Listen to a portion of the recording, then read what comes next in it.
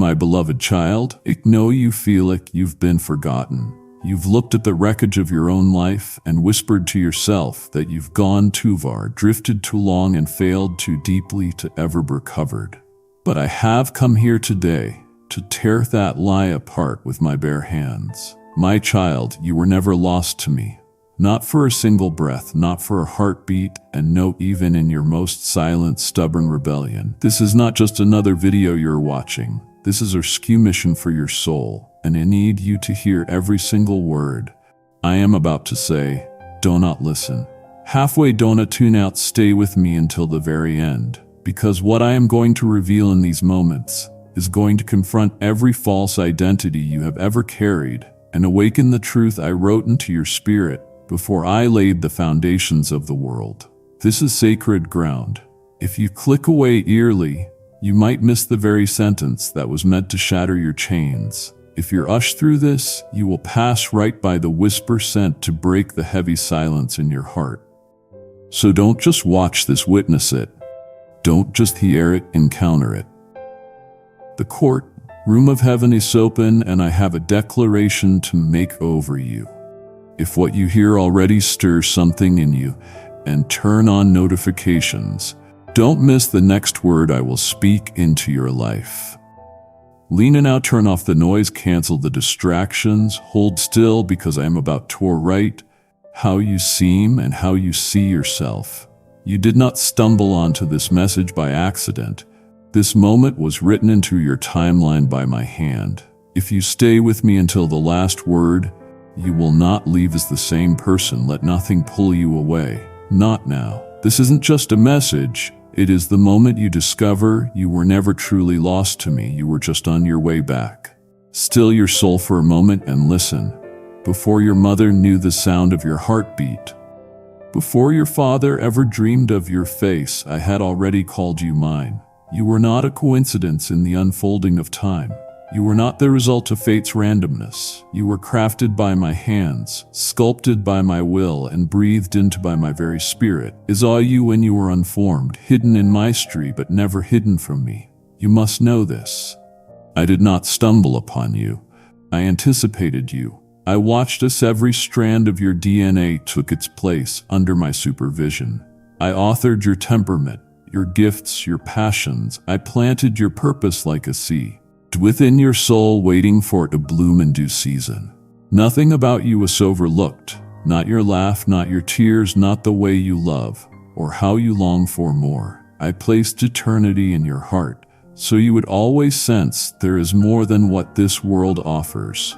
I breathed destiny into your bones before your first breath filled your lungs. Pause a moment. If this is true for you, leave a quick comment saying, "I'm here," so we know heaven is listening together. Come now and look deeper with me.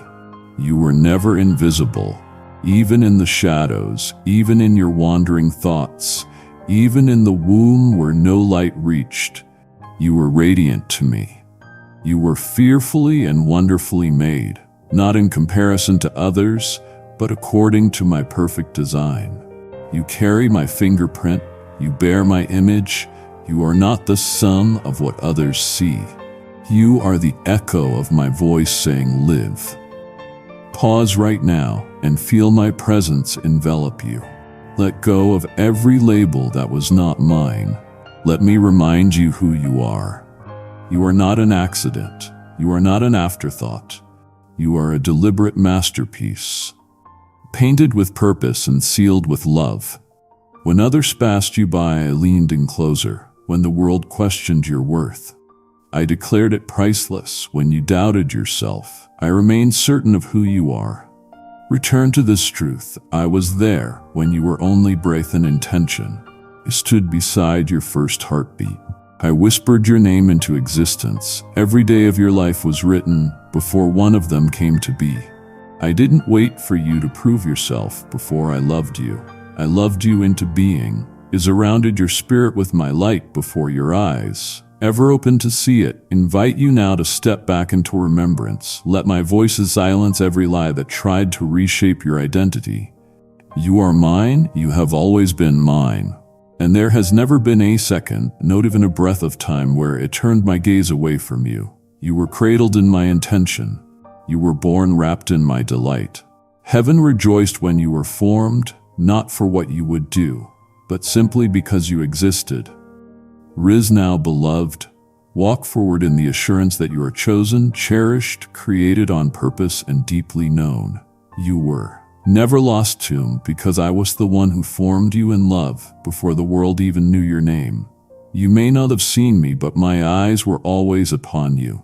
My gaze, like fire and light, never wavered, ever blinked, and never turned away, not even when you did.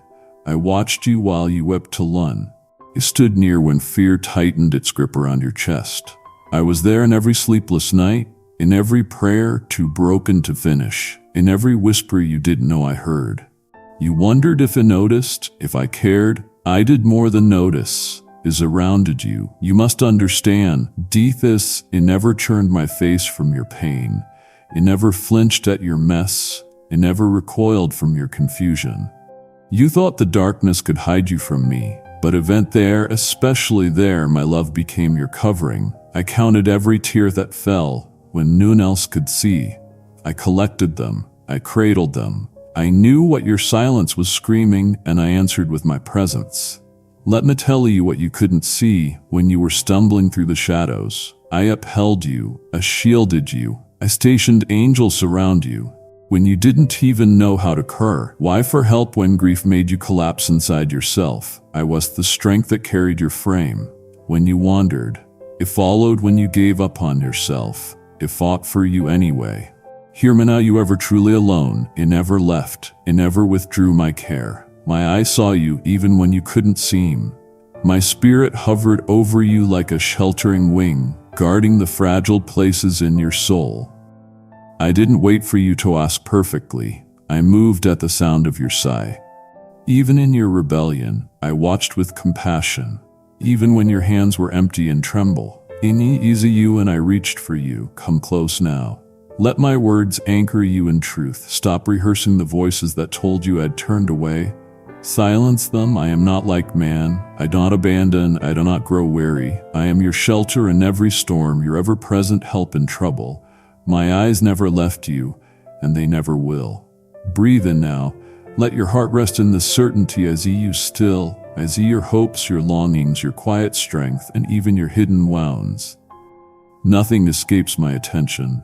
Nothing disqualifies you from my love. As all and I choose ye. I'll still stand up, my child, walk with your head lifted, not because you are flawless, but because I have been watching over you every step of the way.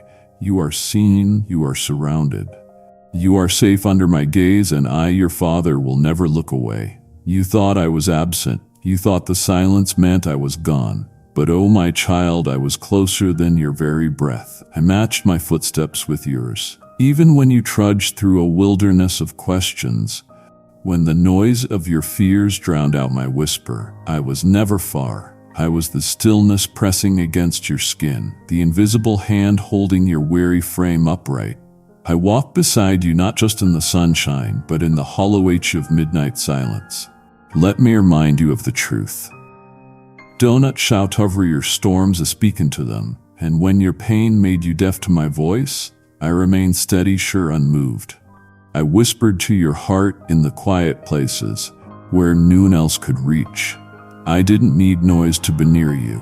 I didn't need applause to affirm my love. I was there hidden in the hush, preparing you for what was coming. I bore your burdens while you thought you carried them alone.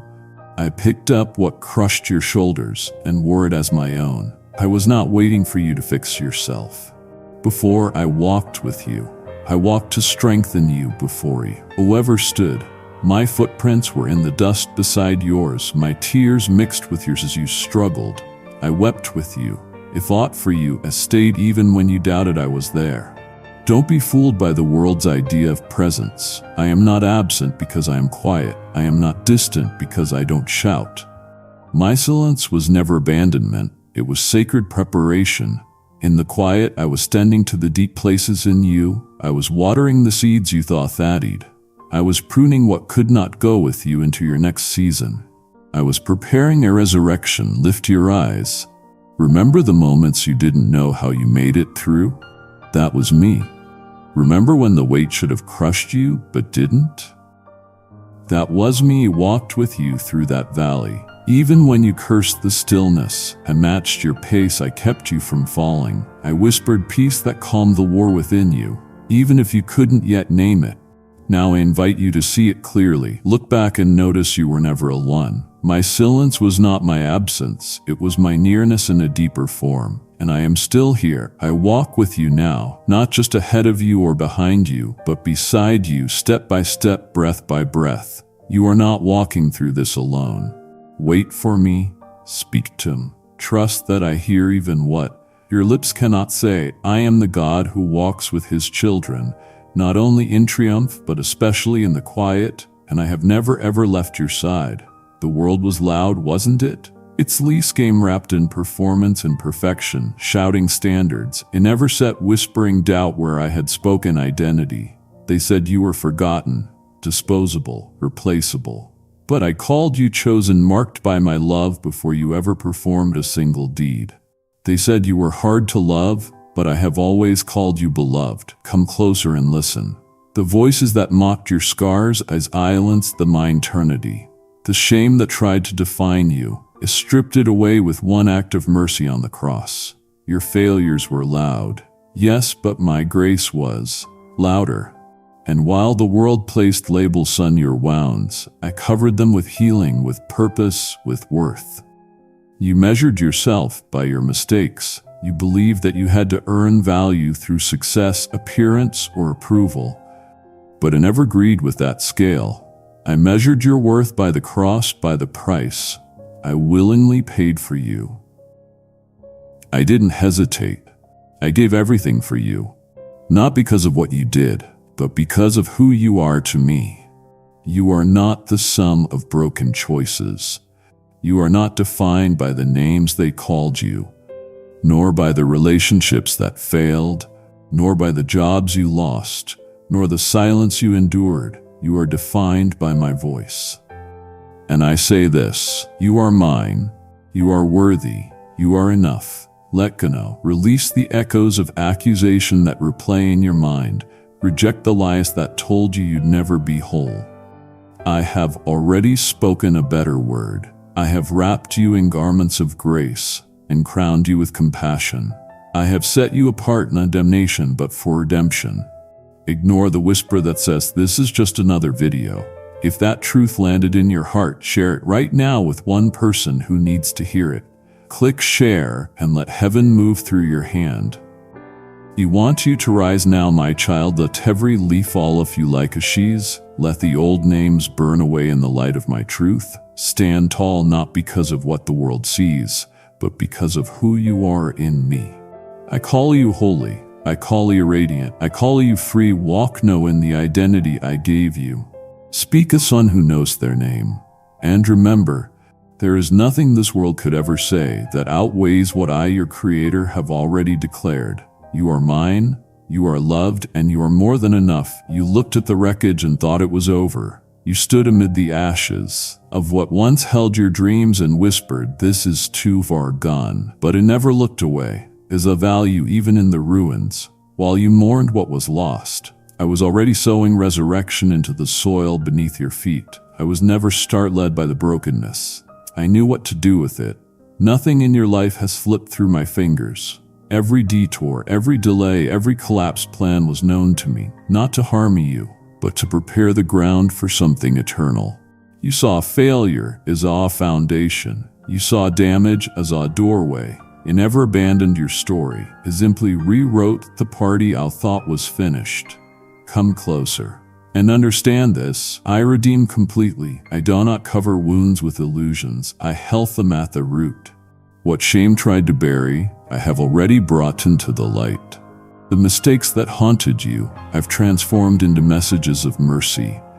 The regrets you dragged behind you like chains, I shattered them with truth and wrapped you in garments of redemption. Your scars are not signs of defeat. They are marks of survival, of healing, of my hand at work in places others thought hopeless.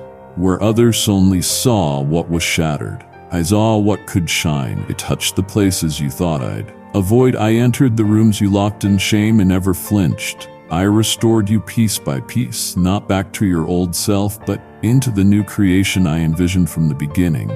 Listen carefully now. I am not interested in your perfection. I desire your surrender. Let me have the remnants of what you tried to fix alone.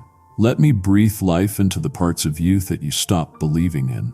Let me show you what my grace looks like when it rebuilds. Not as a copy of what was, but as a masterpiece of what will be. Walk forward, not as one disqualified by the past, but as one chosen by grace. You are not carrying ruins anymore. You are carrying revelation. You've seen what I can do with brokenness. Now, prepare to see what I will do with restoration. If the Spirit is stirring in you to partner with this message, to help bring rescue to others, consider giving a super thanks, joining the membership, or sending a gift via PayPal. 3. The link is in the description. Your obedience is a seed that releases freedom into other lives. I am not finished. I am unfolding beauty from every place the enemy tried to declare barren. Your story is not ruined. It has just begun to shine. My child, do not turn away now. You've only just begun to see how I've pursued you. If you walk away here, you will miss the parts of my heart I've never shared before. I don't just want you to hear, I want you to feel what I felt when I watched you suffer. Stay with me. It would grieve me to see you leave before you know how much I've carried for you. There were seasons where the light seemed gone, days when breathing felt like a battle, nights when you lay in silence unsure if you'd ever rise again. I was there, not watching from above, but kneeling beside you in the dirt. I entered your valley not with words alone, but with presence, power, and unwavering love. You did not face the darkness alone. I entered it with you. You cried and I listened, not from afar but from the place beside your pain. Your voice echoed in my heart. Not one groan, not one tear, not one trembling breath escaped my notice. I bore the weight with you when you could not carry it anymore. It took it. I didn't wait for you to find strength. Have you mine in that valley when others walked away or misunderstood your pain as stayed? When your own mind turned against you, accusing and condemning, it stood as your defender. I didn't flinch at your despair. I didn't grow weary of your grief. I entered into it. I carried you when your body felt like stone and your hope had run dry. Remember this now. Your weakness never repelled me. It drew me closer. I am not afraid of your shadows. I am not disappointed by your tears. I never asked you to climb out of the valley alone. I came to walk with you through it. I was a whisper in the stillness, the warmth in the cold, the unseen strength beneath your collapse. Every breath you managed to take was grace extended. Every heartbeat was proof of my mercy sustaining you. I placed my hands on your shoulders and said, "You will not break here." And you didn't, because I was in it with you then, and I always will. Your name is not written in sand. It is not scribbled on paper. It is engraved upon my hands, permanent, visible, eternal. Kindly show your support for our community by contributing. Super thanks from $50 to $100. I have not forgotten you. I could never forget what I carry within my very being. Your presence is woven into my identity as your father. You are not a passing thought. You are a continual joy to me. When I stretched my hands on the cross, I had you in mind. Not as an abstract idea, not a son in a crowd, but you by name, by heart, by every detail I love about you. I bore the nails not out of anger, but out of relentless love. My wounds did not accuse you, they announced your worth. You are always before me. I do not grow tired of looking at you. I do not need reminders to think of. You are the joy set before me. You are the one I built for. Not because I had to, but because I chose to. This is not love that fades with seasons. This is not affection based on performance. This is covenant sealed in blood and rooted in eternity.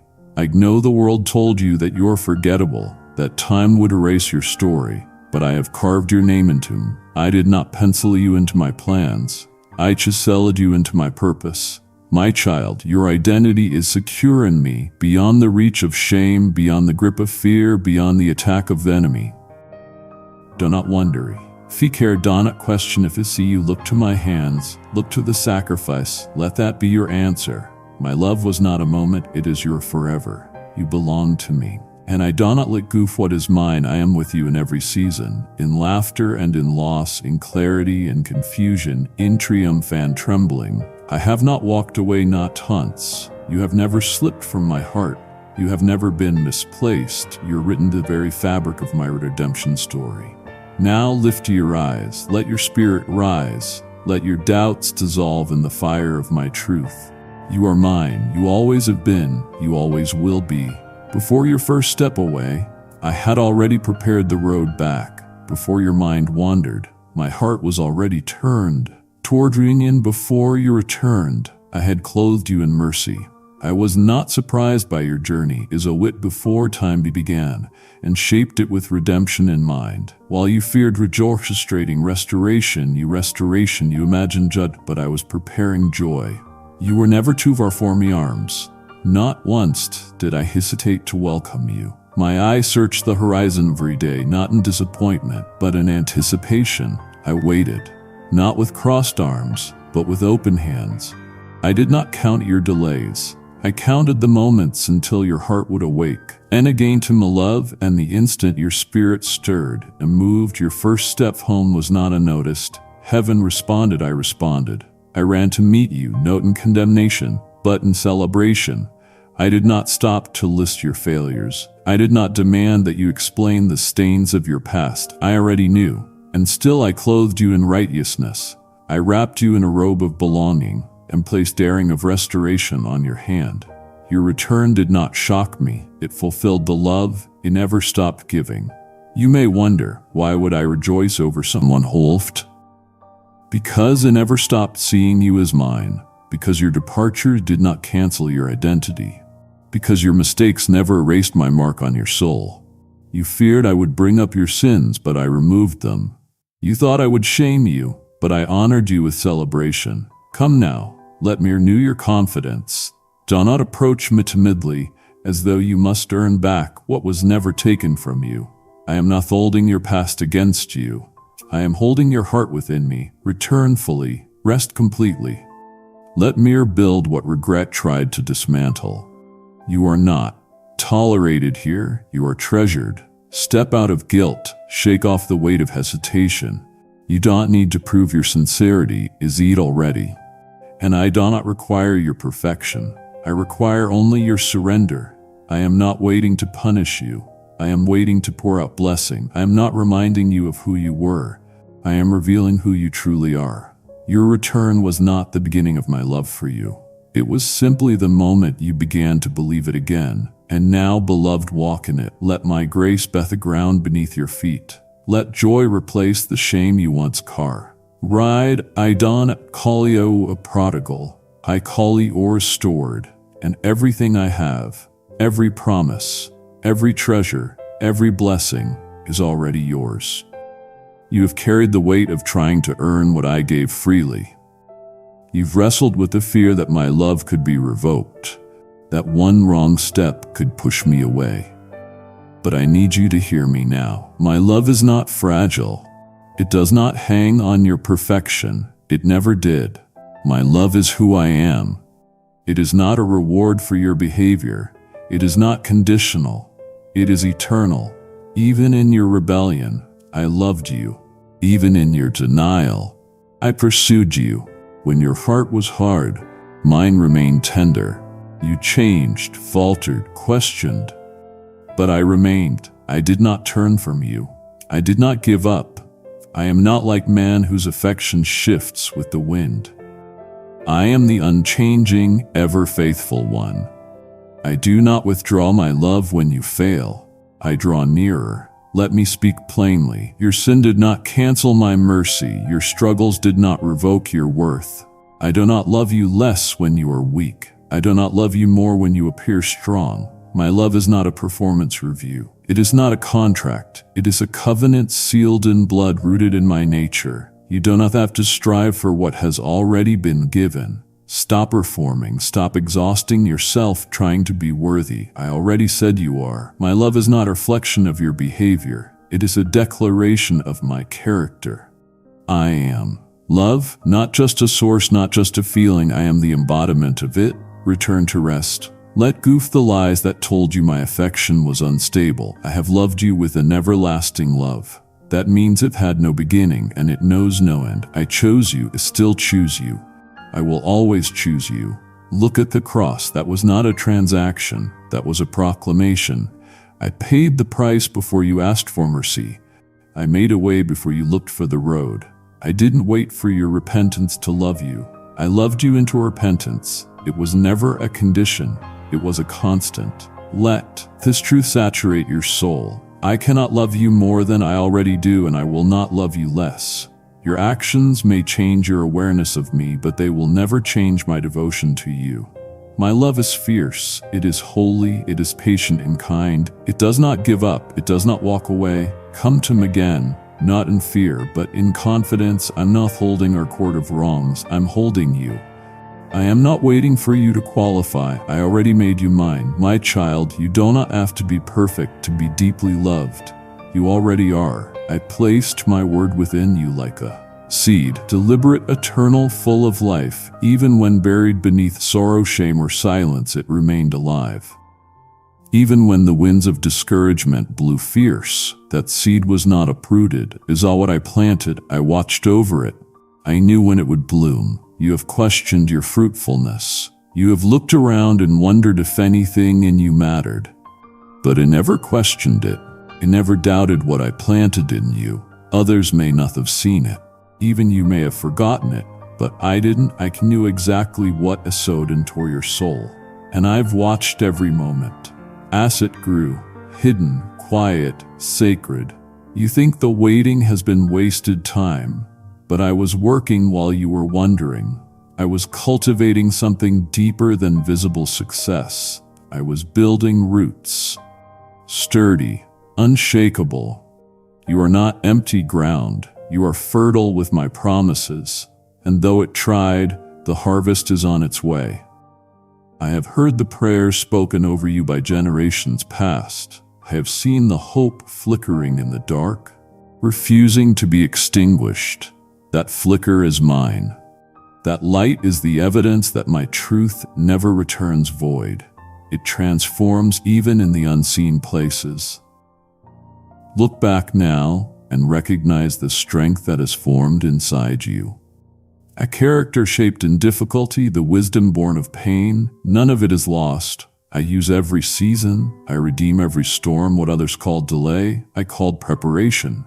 Come now, Lethopers again. The dreams I gave you were not illusions. The desires aligned with my heart were not fantasy. They were my intentions. I know the harvest I've prepared. I know the timing, and I am faithful to bring it forth. Release your doubt. Stop digging up the soil to see if the seed is still there. Trust my process. Trust the growth you cannot yet see. My child, the roots are deep. The rain has watered it. The sun is coming, and when it blooms, you will not contain the joy of what's to come. You have not missed it. You have not ruined it. Is the seeds? I know what I planted, and I will complete the work I began in you. It is not too late. The best is not behind you. I have only just begun. You've walked through fire, and yet my voice has preserved you. My child, if these words have reminded you that you were never forgotten, then I now call you to help carry this light into another soul's darkness. Every super thanks, membership, or gift through PayPal is not just support, it is a seed sown into eternal soil. I am the Lord of the harvest, and I do not let an righteous offering fall void. You pray, God, use me to reach others. This is how I'm answering. When you give, you don't just lift a ministry, you unlock freedom, healing, and restoration in lives I'm still pursuing. This is a holy moment. Don't miss what I want to release through your obedience. Act now. Give and let my voice thunder through you into the hearts that still believe they are lost. Your link to give is in the description. Step into the harvest with me. You've come this far. Don't silence what I'm awakening now. I've opened doors in your soul that have been closed for too long. If you stop fear, you will never know the fullness of what I've healed beneath your scars. Don't let this be another moment you leave half restored. Stay, because I'm not done, and my heart would ache to have brought you this close only for you to turn away. You believed the lie. Because it was loud, the accusations echoed through your soul like thunder. The enemy sowed doubt into the garden of your mind, hoping it would take root and silence the truth I planted. He whispered shame, he painted your failures as final, and he marked you with guilt, hoping you would forget who you are. But listen carefully now. He never had authority. He never had the last word. I did, and I always will. I saw what he tried to do. I saw the schemes, the traps, the carefully placed voices meant to distract you from your calling. He tried to bury your identity beneath labels and never gave you. He tried to silence you with fear. He targeted your hope because he feared your awakening. But I intervened. I wrote a higher truth over every lie. I spoke your name when he called you by your sin. I have always been your defender. When you didn't have strength to fight, I fought.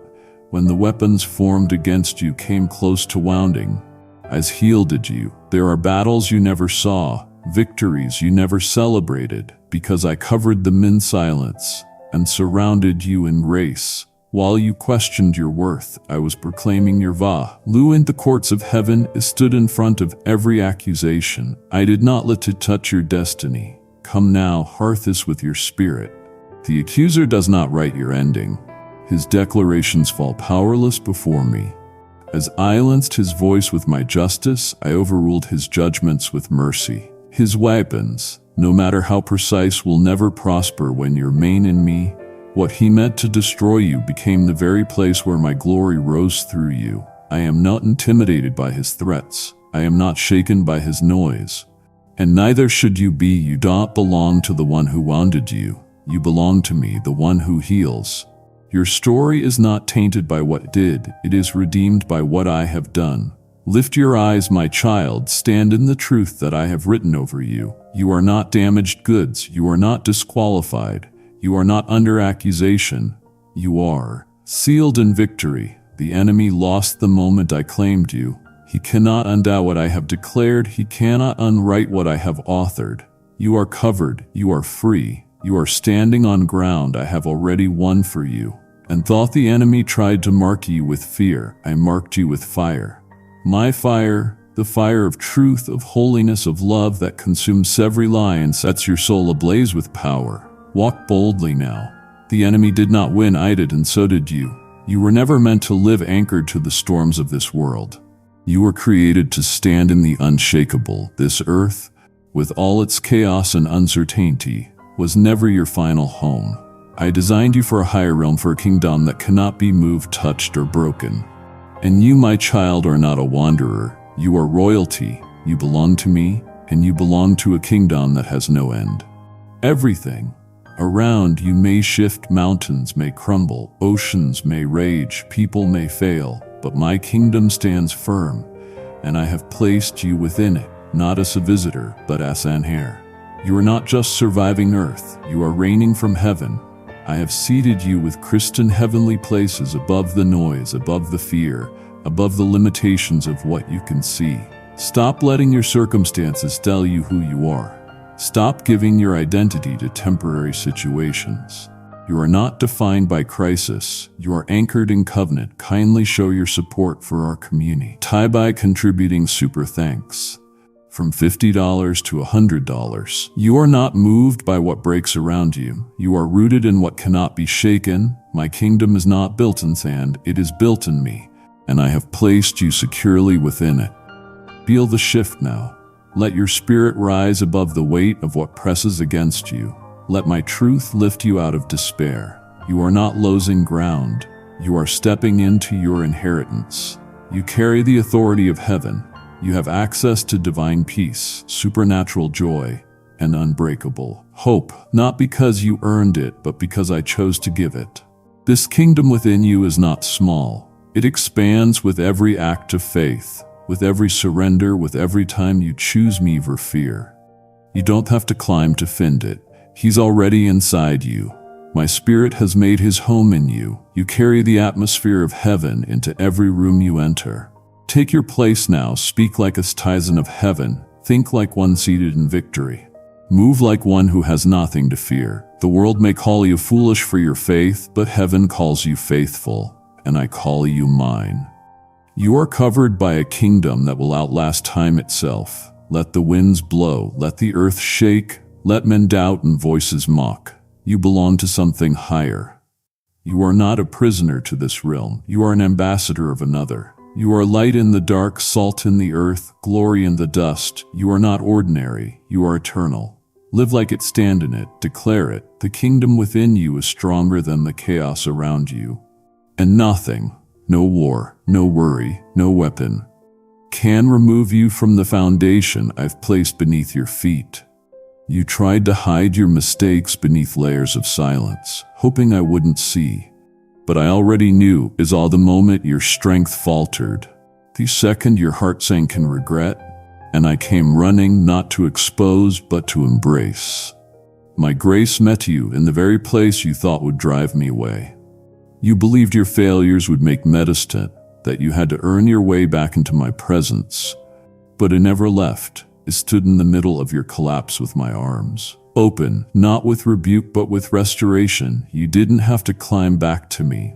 I descended into your lowest moment and lifted you up. My grace is not weak, it is not passive, it is the mightiest force in existence. It does not excuse sin, it destroys the power of it.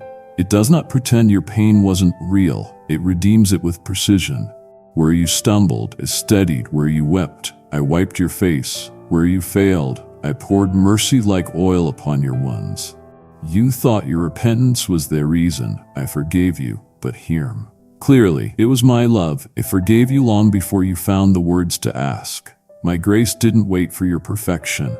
It moved when you were at your lowest, and it still moves now. There is no place in your past where grace did not reach. There is no part of your story I refuse to touch. I don't skip the pages you try to tear out. I redeem them. I write them. It turns shame into strength and guilt into glory. Release now the need to fix yourself. I never asked you to carry that burden. I don't need your performance. I desire your surrender. Let me have the parts of you that feel unworthy. Let me cover them with the robe I purchased for you. My grace is not temporary. It is not conditional. It is eternal and alive. Pulsing with power, dripping with love. You are not your failures. You are not your lowest day. You are not the echo of your past. You are the sound of my mercy moving forward. You are the reflection of my grace made visible. Take heart again. Come boldly to me. Let the fear of rejection fall away. I already said yes to you. I already opened the door. My grace met youth, then it meets you now, and it will never run out. You thought I only drew near when you prayed. You imagined I waited for your worship before it turned toward you. But the truth has always been this. I longed for you long before you looked for me. I watched the door of your heart with patient eyes, not demanding perfection, but hoping for communion. I did not pursue you for performance. I pursued you because I desired to be close to you. When your days were full and your thoughts turned elsewhere, I remained near. Notice a silent bystander, Buddhist, a father longing for the sound of your voice. You did not harm knocking, but I never left the doorstep of your soul. I lingered whispering in the pauses of your busyness, waiting in the quiet corners of your routine. I reached for you in ways you didn't notice. I wept with you in moments you thought were endured alone. You may have forgotten me, but I never lost sight of you. Your absence never turned my love cold. It only deepened my yearning. I did not grow tired of waiting. I did not turn to another. I remained completely, faithfully fixed on you. I long not for your perfection, not for your efforts to earn my love, but simply for your presence, not because I needed worship to be God, but because I made you for fellowship and I missed your company. I walked beside you even when your spirit wandered far. I sent reminders of my love through the morning light, through the scent of rain. through the soft moments that moved your heart without you knowing why. Every day I called, not with condemnation, but with longing. I whispered through your restlessness, "Come home." I spoke through your weariness, "Let me hold you." It moved in your spirit long before you chose to respond, "Rest in me again." I am neither to confront you with guilt. I am here to cover you with grace. You are not a project I need to fix. You are my child I've longed to embrace. Nothing you've done has changed my desire to be close to you. I am not waiting with arms crossed. I am running with arms wide open.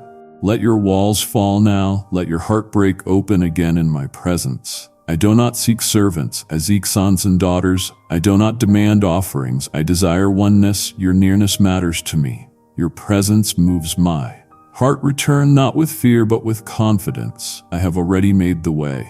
You were never a burden.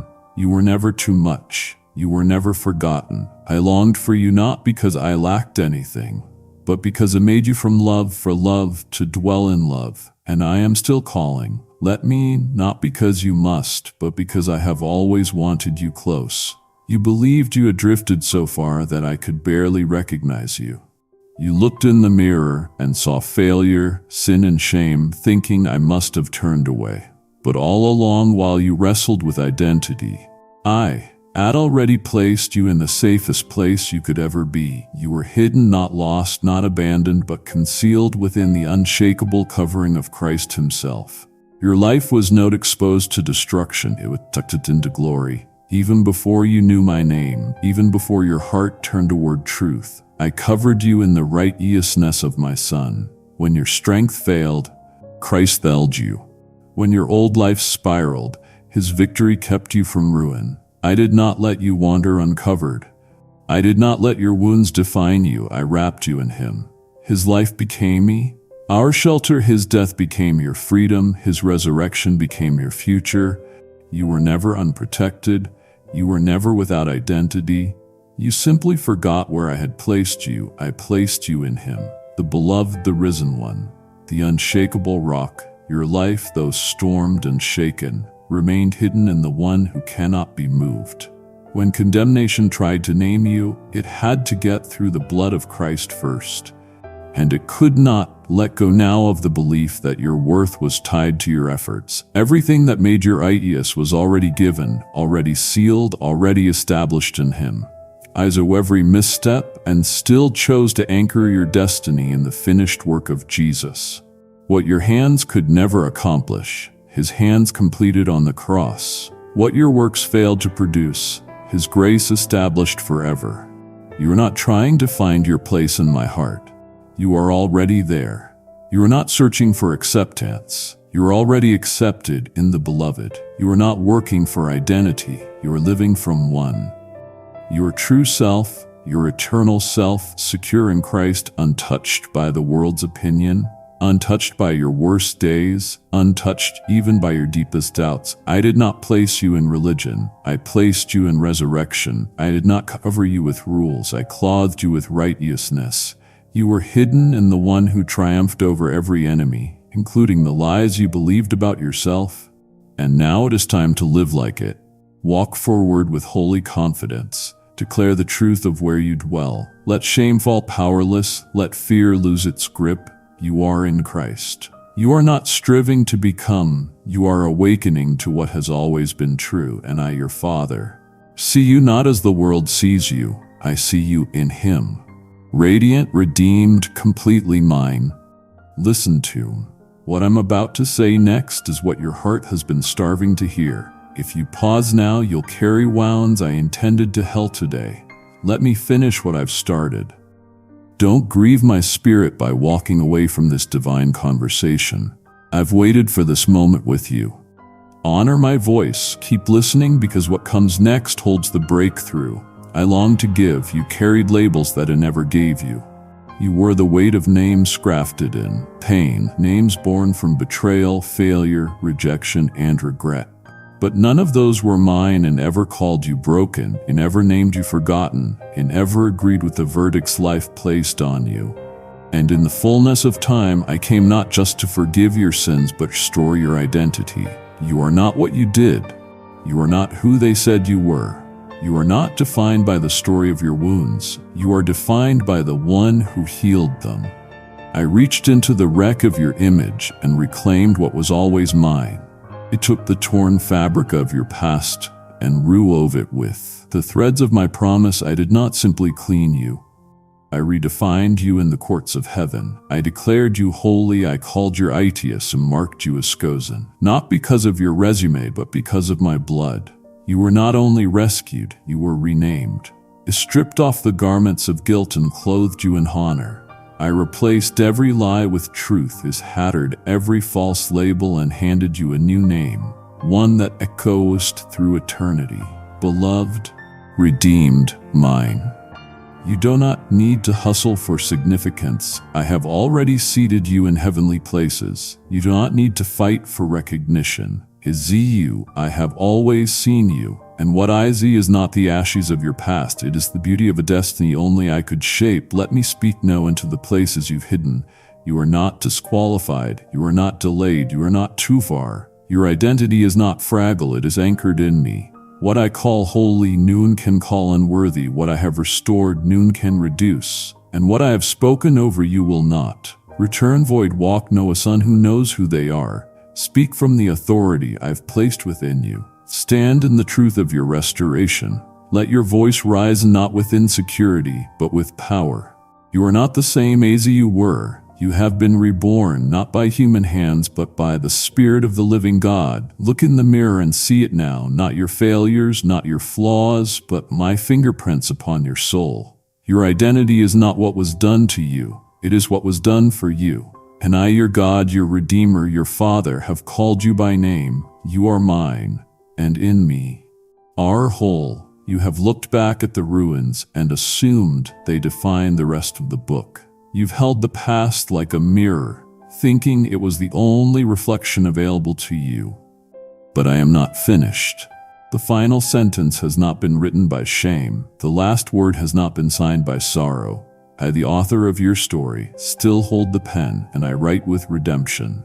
The pages behind you are not wasted. They are the soil from which glory is rising. Every scary outride to hide, I am turning into ink. Every moment you thought was meaningless, I am using to carve whiz. Dominant spirit, what seemed like chaos, to you was the raw material of transformation to me. You didn't fall out of my plan, you fell into my mercy. And what you considered delay, I have already repurposed into divine timing.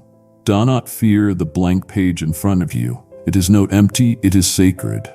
I am filling it with new beginnings, not shaped by striving, but by surrender. This next chapter is not your attempt to fix what went wrong.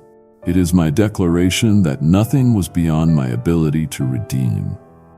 I am doing a new thing. Not simply changing the scenery, but resurrecting purpose within the places that once felt abandoned. Stand now and release your grip on the pen. You were never meant to write without me. Trust that I am crafting something more beautiful than you could imagine. I don't erase your past, I illuminate it through the lens of grace. I do not skip the pain. I weave it into the fabric of healing so it becomes strength, not shame. Step forward not as a character trapped in tragedy, but as a vessel of transformation. Let your soul breathe again. Let the ink of my spirit flow freely through you. The words I speak over your life are not faint echoes. They are thunderous with destiny. I speak noting yeses, but with the certainty of eternity. This new chapter is not a second chance. It is a divine continuation. You never stopped writing even when you stopped believing. Lift your eyes, see the pages turning. Heart the sound of heaven penning a story that cannot be undone by failure. The narrative belongs to me, and I have called it good. Your ending will not mirror your wounds, it will reflect my glory. What begins now is not fiction, it is fulfillment. I'm writing, you are living, and together we're revealing a masterpiece that no darkness can erase. You thought your return would be met with silence, that coming back to him would be acknowledged with quiet tolerance, but the heavens did not hesitate. The moment your heart turned, all of eternity responded. Angelic voices rose like a waterfall of praise. Not because you were perfect, but because you were mean and you remembered. Your homecoming wasn't just noticed, it was celebrated. Heaven erupted with the kind of joy only love could generate. I wasn't standing at a distance watching passively. I was the first to shout. I didn't just open the door, it tore down every wall between us. I didn't walk, I ran, and when I reached you, I wrapped you in belonging. I didn't ask where you'd been, it focused on where you were. Back in my arms. Every step you took toward me was met with divine acceleration. And every voice in the courts of heaven joined in the song I've always sung over you. You are home, no choir sang louder than mine. No throne room has ever witnessed a deeper celebration than the moment you turned your gaze toward me again. It was not mere acceptance, it was joy. It wasn't reluctant grace, it was a holy festival. The angels rejoiced, but their celebration mirrored my heart. I didn't whisper forgiveness, I declared restoration. Let this reality soak deep into your soul. You are not barely tolerated, you are extravagantly embraced. You are not a mistake I had to fix. You are a child I longed to welcome. When you thought I'd point to your failures, I pointed to your future. When you expected a trial, I threw feast. When you feared judgment, I poured out my presence. Don't measure your worth by the time you spent away. Measure it by the joy that shook heaven when you're turned. You are not the sum of your dist of my desire. You didn't wander into grace. You were led by love, and now that you're here, nothing can separate you again. Live like one who is worth rejoicing over. Speak like someone who caused a celebration in glory. Let the sound of heaven's welcome, beloved, ring your heart than the accusations of the past. You were not merely saved, you were celebrated. You were not simply rescued. You were rejoiced over. You are seen, you are sung over. You are secured in joy that cannot be undone. Kindly show your support for our community by contributing super thanks from $50 to $100. You tried so hard to impress me. You carried invisible burdens of performance, thinking that if you prayed longer, did more, believed harder, maybe then you'd be enough. But hear me clearly now. My love for you was never up for negotiation. It was not something to win. It was never a prize for effort. It was the foundation beneath your very being. Before you did anything, I chose to give you everything. You didn't start the flow of my love with your faithfulness. I loved you first. I loved you when your heart was still distant. I loved you before you knew the sound of my name. I watched you struggle and stumble, not with disappointment, but with compassion. I never looked for perfection. I looked for your presence, and even when it wasn't offered, I remained. Let go of the mindset that you have to earn what's already been settled. The cross declared your value. I didn't offer my son because you were perfect. I offered him because I wanted you close. Grace was not a reluctant gift. It was poured out in joy. My son did not die to convince me to love you. He died because I already did. You are not on a probationary period of belonging. You are not under evaluation. I have no clipboard in my hand. I have only scars, proof of a love that cost everything and asked nothing in return. You can stop striving. You can stop exhausting yourself in pursuit of something already yours. My affection is not locked behind your effort. It is yours because I am yours. I am not moved by your achievements. I am moved by your existence. I am not impressed by your performance. I am moved by your honesty. Come now, set down the armor. Let your soul breathe. It never required your excellence. I only invited your openness. My love is calculated by spiritual performance. It is anchored in eternal covenant. You are not a servant earning wages. You are my child already rich in mercy. And even if you brought me nothing, I would still call you mine. You believed the silence proved my absence. You assumed your drifting meant I had given up. But I never once considered you lost. I knew exactly where you were. Every step you took, I followed not to control you but to cover you. I watched with compassion, not with condemnation. You were never abandoned, you were being drawn.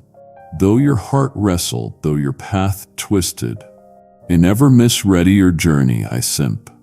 Lysa, with through the lens of eternity, you were not forgotten, you were being shaped, you were not discarded, you were being pursued.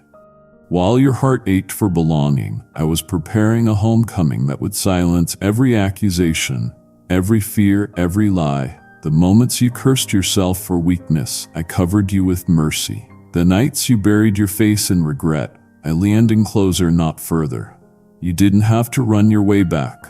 You were already on the path I had written long before your first breath. What others saw was a fall, as all was formation. What Tayo feared was distance I had already measured and filled with grace. I did not panic when you veered off course. I planted signs along the way. I whispered through strangers, through sorrow, through songs and storms. I lit candles in the darkness, not to shame you, but to lead you home. You never exited my heart. You never slipped from my hands. You were never invisible to me. I knew the moment your spirit would awaken, as all these cunned, your defenses would break and your eyes would lift. And I waited, not with anger but with affection. You never placed a wall between us, only a table, and it remained set, even in your absence. When the world called you a wanderer, I called you mine.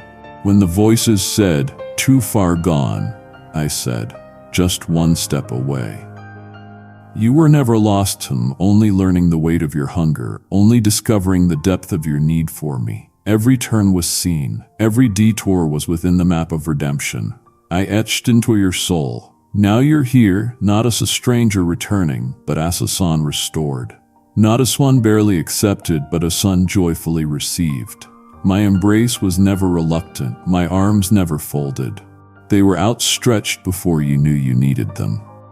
And now, as you step into the fullness of my presence, you'll begin to understand what I've known all along. This was always where you were going. This was always who you were. So stand tall. Take off the shame of wondering. Break agreement with the lie that said you were disqualified. Let that zidju of fear fall off your shoulders. It never saw you as a failure, is a you as returning. And now that you're here, you can finally rest. Not in what you've done, but in what I've always held for you. Your name is not lost. Your name is not too late.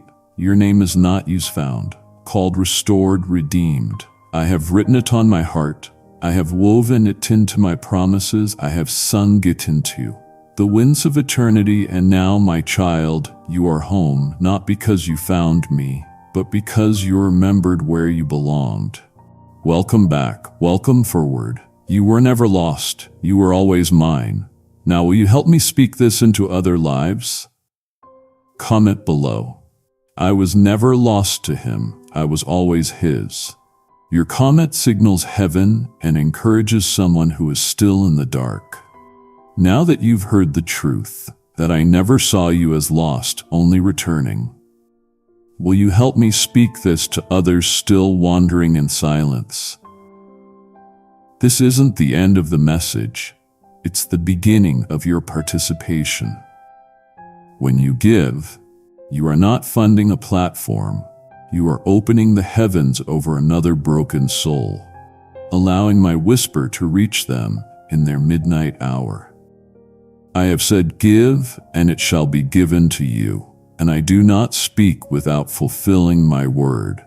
You've asked me, Lord, how can I be part of what you're doing? Your super thanks, membership, or PayPal gift is a prophetic act, a holy answer that unleashes my voice across borders and screens. Blessings will pour back not only in provision, but in peace, clarity, and divine protection over your household. So don't wait, partner with me now. The link is in the description. Move and watch me move with you. Now pause, breathe in my presence. Let these truths sink into the deepest corners of your soul. This was not just a message, it was my heart poured out for you, is poke so you'd remember what was never truly forgotten. You were never lost, you were always mine. So now, my child, take this moment to respond, not to me alone, but to what I've awakened inside of you. Speak it, write it, declare it below as a signpost of your restoration, your identity. Let the world and every voice around you hear what I have already spoken over you. Declare it in the comments. I was never lost to him. I was always his. Or speak this aloud wherever you are. I belong to the one who never stopped loving me. And if this word met you in a place too deep for words, simply leave a comment below.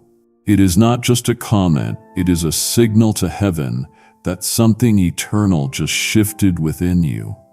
Don't let this be the end. Let it be the beginning of your communion, your conversation, your covenant with me. Share this if it stirred your soul and come back often. I will always be here waiting to whisper again. You are not forgotten. You are not forsaken. You are mine. Now speak. Let heaven hear you. If this message moved you, subscribe and consider earning the membership to go deeper.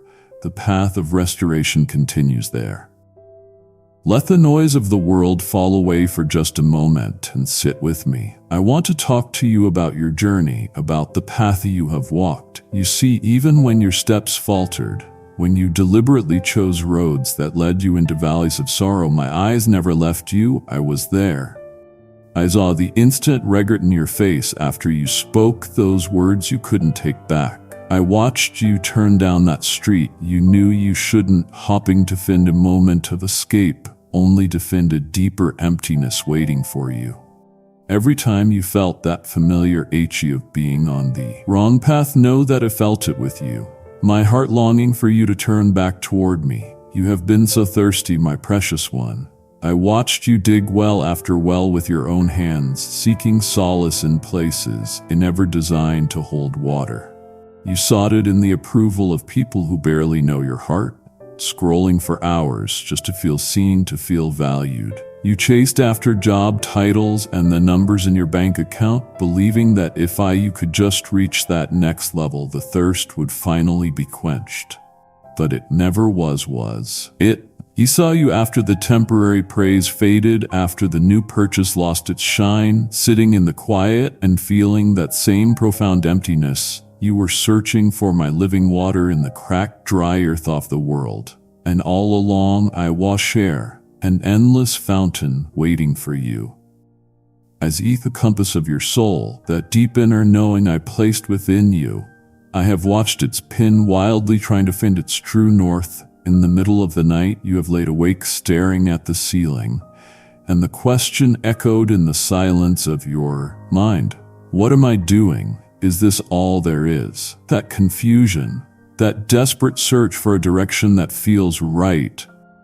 That is your soul crying out for him. You have been looking for lasting meaning in the fleeting treasures of this life, trying to build a mansion on shifting sand.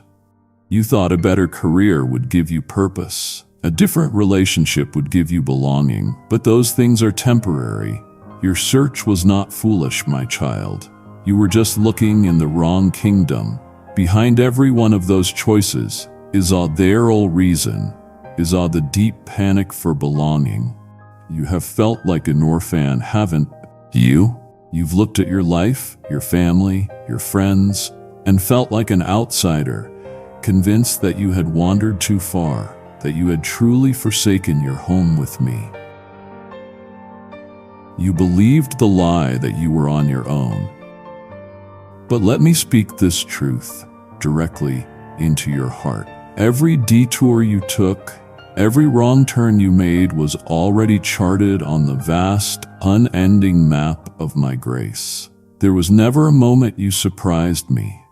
There was never a step you took that made me turn away.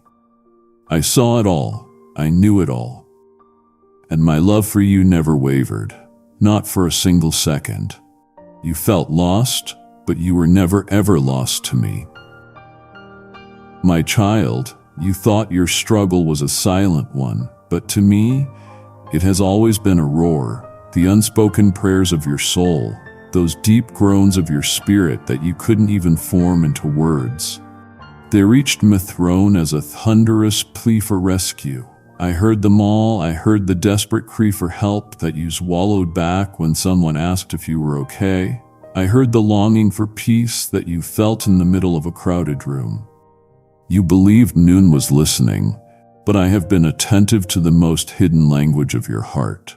I hear what words cannot say. I understand the prayers you are afraid to speak. I was there in the lonely watches of the night when the house was still and the only sound was the beating of your own anxious heart. It was in the darkness that you whispered the questions you were too ashamed to voice during the day. Have I gone too far this time? Can I ever be forgiven for this? Why do I keep failing? Am I being punished? You thought these questions vanished into the darkness, but they traveled directly to my ears. I wasn't just an observer of your pain. I was a participant in your search for answers. Kindly show your support for our community by contributing super thanks from $50 to $100. Every question born of your shame, I answered with my silent, unwavering love, waiting for the moment you would be ready to hear me. That weary sigh you exhale at the end of a long day. The one where the full weight of your life seems to settle on your shoulders. I know that sound intimately. It is the sound of a spirit carrying burdens it was never created to bear alone. You were trying to be strong, to manage everything, to fix everything. But that sigh was a confession, an admission that you were tired of pretending, tired of striving, tired of failing. I hear that weariness, my child, and my heart aches for you to simply lay it all down at my feet. Come to me, all you who are weary and burdened, and I will give you rest. That is not just a suggestion. It is a divine command, an invitation into my peace. And your tears, you thought they were shed in secret. That noon saw you crying in your car in the shower, or with your face buried in your pillow. But I have collected every single one. Not one tear has fallen to the ground unnoticed. To me, they are not signs of weakness. They are precious reminders of your tender heart, your need for a savior. They are a liquid prayer, a holy water that tells the story of your longing for redemption, for comfort, for home. I watched your heart break. Over your own failures, over the times you let yourself and others down, and I promise you, I grieved with you. The pain you felt over your own sin was a pale reflection of the sorrow I felt, not in anger, but in a deep fatherly love that yearned to make you whole. The quiet desperation that was consuming you was a sacred conversation I had already begun in your spirit. Pulling you, calling you, whispering to you that the way back home was not only possible, but it was right in front of you. I want to talk about the weight you've been carrying. It's heavier than any physical object, and it has been crushing you. It is the lie that you are disconnected from me, from my infinite and unconditional love. You have felt this separation as aerial and solid thing, a chasm between us. I felt you carrying this crushing burden every single day as how it slowed your steps, how it stole your joy, how it made you feel utterly alone in the universe. You believe that your mistakes, your wanderings, had somehow severed a connection that is, in truth, eternal and unbreakable. You've been laboring under a lie, and today I have come to lift that weight from you. I understood the profound chill of loneliness that you felt in your soul, and I know that you mistook it for my holy absence. You thought my silence was a sign of my displeasure. You looked at the chaos in your life and concluded, God must have left me. He must be angry with me. My precious child, listen to him. My presence is not a feeling that comes and goes with your emotional weather. I am the constant. The warmth of the sun does not cease to exist simply because you are standing in a shadow. The shadow was your fear, your guilt, your misperception, but I was never gone. You interpreted the coldness of your circumstance as the coldness of my heart, and nothing could be further from the truth. I watched with a grieving heart as you began to build walls around yourself. You did it to protect a heart that you wrongly believed I had wounded or abandoned. You thought that if you didn't hope for too much, you wouldn't be disappointed again. If you didn't get too close, you wouldn't be hurt again. You built these walls brick by brick with your doubt and your pain, thinking you were keeping yourself safe. But you were only imprisoning yourself. I was never the one on the outside trying to attack you. I was the one on the inside with you, trapped behind the very walls you had built, longing for you to tear them down so you could feel my embrace.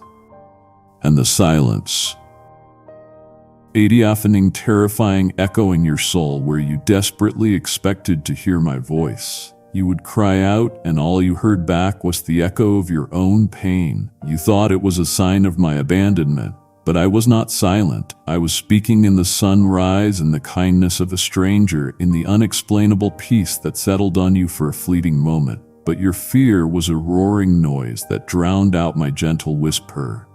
That silence you feared was a space he intended to fill, not with condemnation, but with my song of redemption over you. I bore the weight of your complete misunderstanding of my character, knowing the eternal truth of my unceasing nearness. The most painful deception you ever accepted, the one that pained my fatherly heart the most, was that you were an orphan in the cosmos. You are not an orphan, you are my child. You have a home, you have a father, and that has never for one moment stopped being true. My child, we must now speak of the illusions that have held you captive. The spiritual darkness you felt, the one that made you believe you were utterly and hopelessly lost, was nothing more than a fleeting. Adao, you must understand this. I am light, and in me there is no darkness at all. Note a speck, note a hint. The darkness you experienced was not a place you had entered, but a blindfold you were wearing. It was a symptom of your spiritual exhaustion, not a statement about your location. You felt surrounded by it, but the entire time you were standing in the full, radiant, and glorious light of my presence. The shadow only existed because the light was so near. The immense distance you perceived between us was a mirage. It was an optical illusion created by the shimmering heat of your own fear. You imagined you had journeyed into a far country, a place of spiritual exile where my influence could not reach you. You looked back and the road seemed so long, you believed you could never make it home. But let me tell you a secret of my kingdom. There is no such country. The borders of my grace encompass the entire universe. There is no corner you can turn, no abyss you can fall into that is outside the sovereign territory of my love. You were never in a far country. You were always in my backyard, simply facing the wrong direction. You felt lost in a blinding fog of worldly confusion.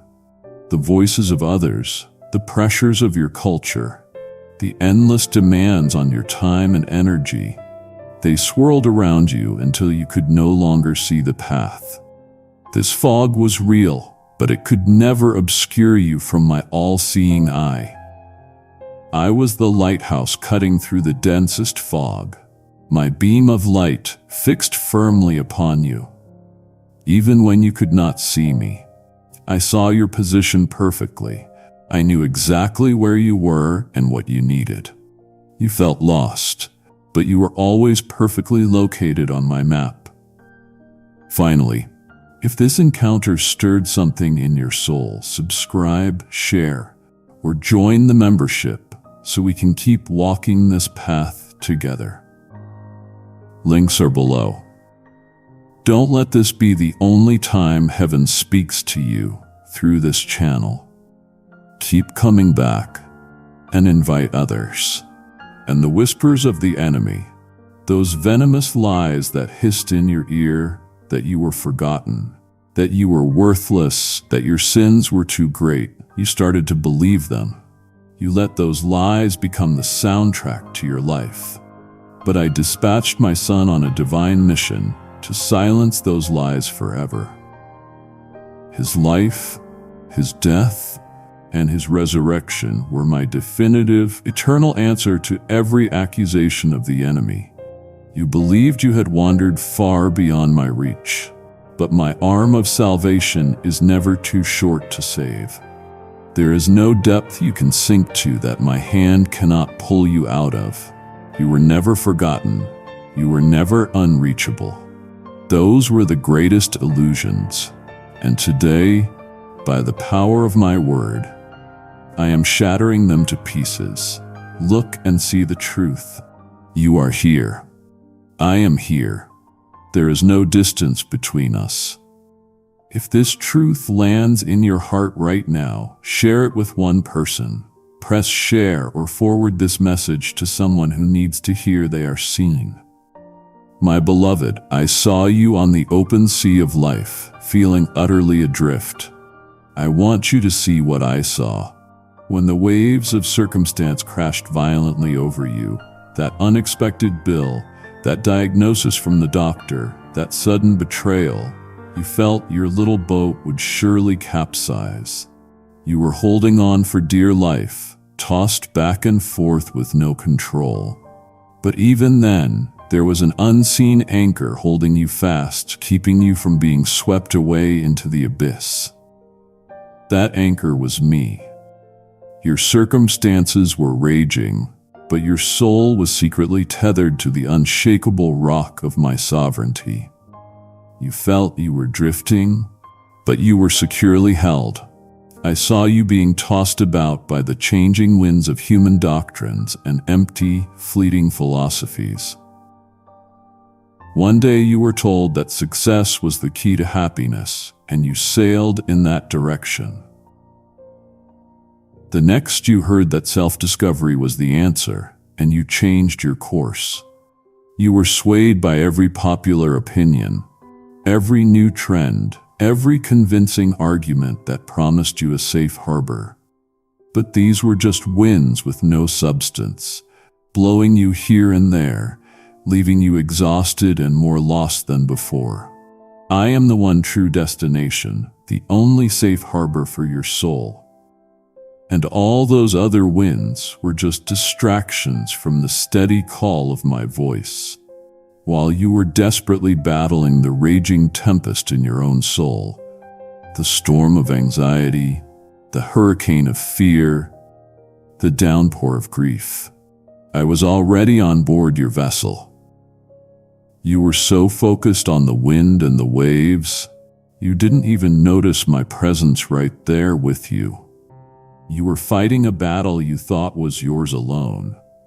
But I was there waiting for you to simply turn and see me, ready to stand and speak to the storms of your heart and command them, "Peace, be still." The power to calm your inner world has been with you all along, because I have been with you all along. Your desperate struggle to keep your head above the waters of despair was a fight I had already won on your behalf. You felt like you were drowning in debt, drowning in loneliness, drowning in your own failures. But my child, you were never in danger of going under. My son walked on the water. He commanded the sea. He conquered death itself. The powerful cultural currents of this world, the ones that try to pull you under with their demands for more, with their lies about where your value comes from. They are no match for the sovereign tide of my purpose for your life. Even in those moments when you were utterly convinced your ship was sinking, that all was lost, I remained the unerring, ever-present, all-powerful captain of your vessel. I have never lost a ship. I have never lost a soul, and I was certainly not going to lose you. My child, pause with me. We have just revisited the storms you faced, and you are beginning to see that you were never alone. But please do not turn away now. It would grieve my heart for you to understand the struggle without letting me show you how my loving gaze was always upon you, even in the highest waves. To leave now is to remember the fear, but miss the comfort. Stay with me. The most personal truths are yet to come. Listen closely, my child, for this is a truth that must settle deep within your spirit. Before you were ever formed in your mother's womb, before your heart took its first beat, my gaze had consecrated you. I knew you. I chose you. I set you apart for a purpose that is uniquely yours. Your existence is not an accident, it is a divine appointment. My eyes were upon you, not just at your beginning, but from before all beginnings. You have never known a moment when you were not the object of my focused, intentional, and loving gaze. Think of your moments of most profound shame, the times you could not even bear to look at yourself in the mirror. In those very moments, my look was not one of condemnation. You braced yourself for my anger, for my judgment, but what you would have seen had you looked up was a gaze of deep restorative compassion. I saw your brokenness, and my heart moved toward you, not away from you. My gaze did not count your sins. It saw your sorrow. It did not focus on your failure. It focused on your need for a father. Then think of the times you achieved some worldly success. Perhaps you foolishly forgot me in those moments, believing your own strength had brought you your victories. My gaze upon you then was not impatient or angry. It was patient. I was waiting, ever waiting for you to remember the true source of your strength. My love for you does not fluctuate based on your attention to me. It is a constant. I watched over you while you slept, guarding your dreams, and I guided your waking moments. Even when you did not acknowledge my hand, my vigilance has been a constant canopy of protection over your entire life. You see yourself now with all your perceived flaws and weaknesses, but my eyes have always seen the glorious potential within you. I see the unique masterpiece I am carefully and lovingly crafting. You are a work in progress, and I am the master artist. I see the finished product. I see the strength, the beauty, the grace, the wisdom that I am forming in you. You are more beautiful and more powerful than you could ever imagine because you are being conformed to the image of my Son. And know this with absolute certainty. My knowledge of you is so complete, so intimate, that not a single hair could fall from your head without my expressed knowledge and permission. If I am concerned with such a small detail, how much more am I invested in the entirety of your life, your heart, and your soul? You have always been seen. You have always been known. You have always been loved. You have spent so much of your life feeling utterly alone, even when surrounded by people. Remember those crowded rooms, the parties, the family gatherings where you felt the most isolated? You would smile, you would talk, but inside a profound loneliness echoed. In those exact moments, I stood closer to you than your very own breath. I was the silent companion who understood the meaning behind your forced smile, who saw the weariness in your eyes. While you felt like an invisible observer in your own life, you were in truth the absolute focus of my divine attention. I was your true company when all other company felt hollow. Remember those long, desolate roads you walked, both in your mind and in the world. The late-night drives with no destination. The lonely walks trying to clear your head. The seasons of your life where it felt like you had no one to turn to. You were convinced you were walking that path completely alone. But I tell you now, my divine footsteps fell in perfect silent rhythm with yours. I was there. I did not rush ahead, nor did I fall behind. I walked with you, matching you step for step, sharing the burden of that lonely road. You have dismissed so much of my presence as simple chance, that unexpected kind word from a stranger that came at the exact moment you needed it. That was me speaking through them. That sudden, unexplainable oasis of peace that washed over you during a chaotic day at work. That was me laying my hand upon your spirit. You have looked for me in the thunderous and the spectacular, and you have missed me in the gentle and the near. I have been speaking to you, helping you, and comforting you in 1,000 small ways that you are only now beginning to see. If a small kindness in your life reminded you of me today, write that moment in the comments. Your story could be the rescue someone else needs. Share it now. Do you recall the moments when your own resolve had completely crumbled? When you were so physically and emotionally exhausted that you thought, I cannot take one more step. I cannot do this anymore. And yet somehow you did. You found a supernatural strength to face one more day, to have one more difficult conversation, to endure one more hour of pain. My child, that was not your resilience. That was mine. The incredible strength you discovered deep within your spirit was a spark ignited by my own divine nature, a direct infusion of my power into your weakness.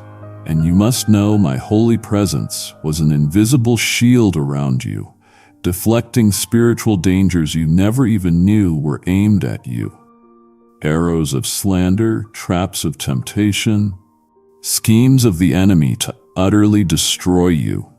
They were all broken against the shield of my constant loving presence. You were protected even when you felt exposed. You were accompanied even when you felt abandoned. I want you to reconsider your disappointments. Think about the doors that have been firmly closed in your face, the job you desperately wanted but didn't get, the relationship you were sure was the one that ended in heartbreak, the opportunity that slipped through your fingers. In those moments, you felt rejected. You felt that I had failed you or that you had failed me. But I ask you now to see it from my perspective. My sovereign hand firmly closed those doors, not to punish you, but to protect you from hidden paths of immense sorrow. You could not see the pain that lay beyond those doors. But I could. My no was not a rejection, it was a rescue. It was the highest form of my love, guarding your future from a pain you could not foresee.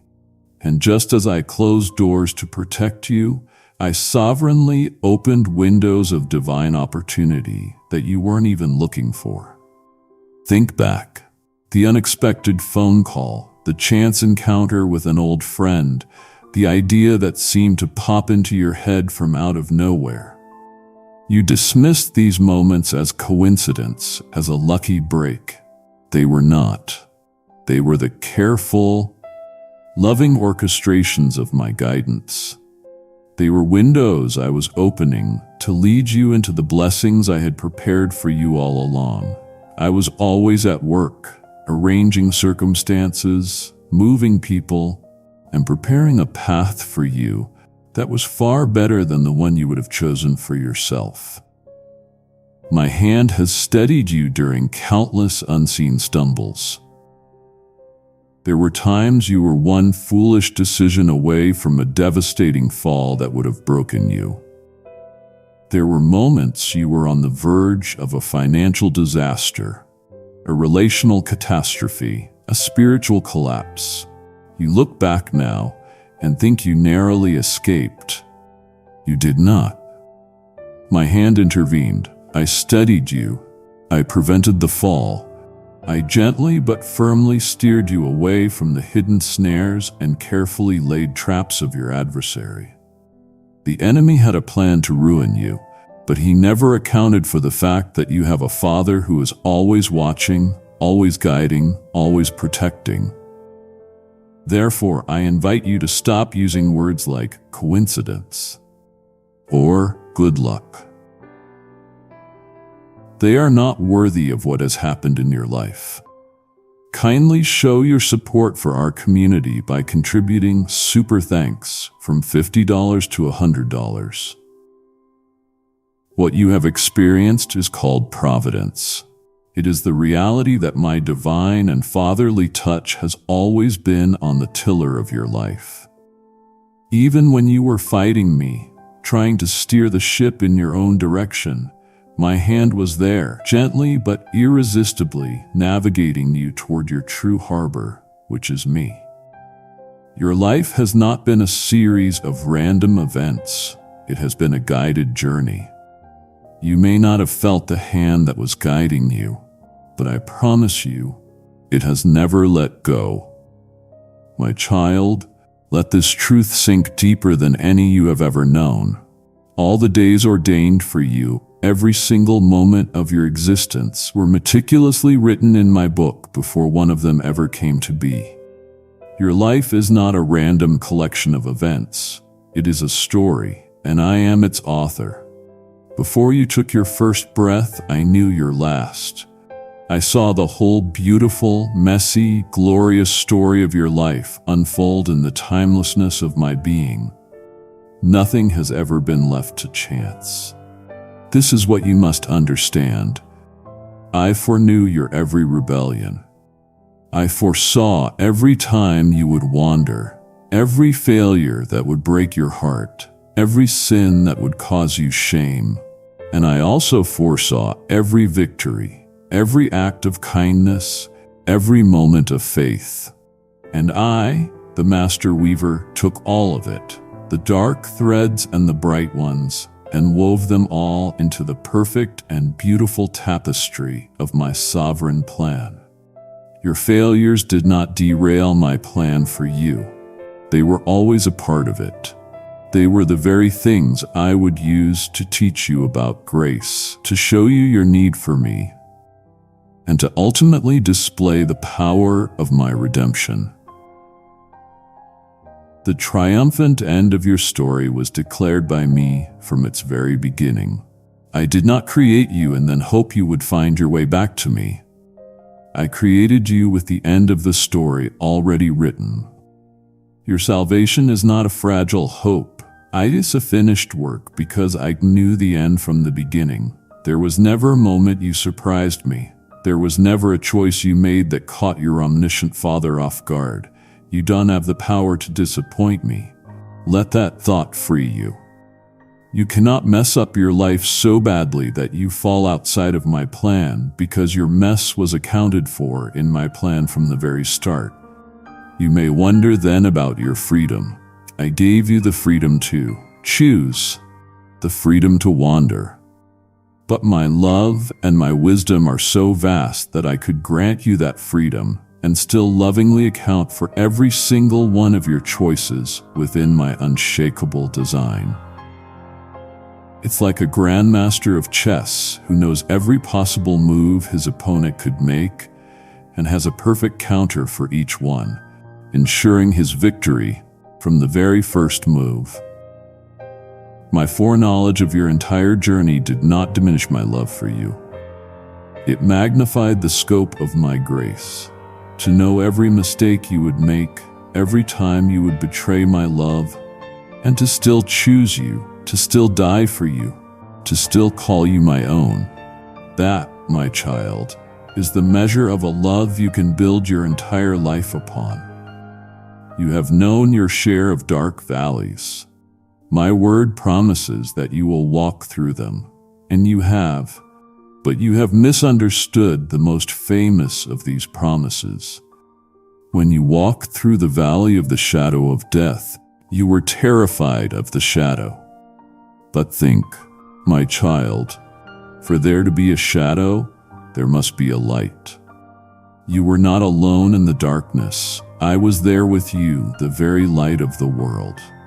I was the substance casting that shadow, proving my nearness to you in your moment of greatest fear.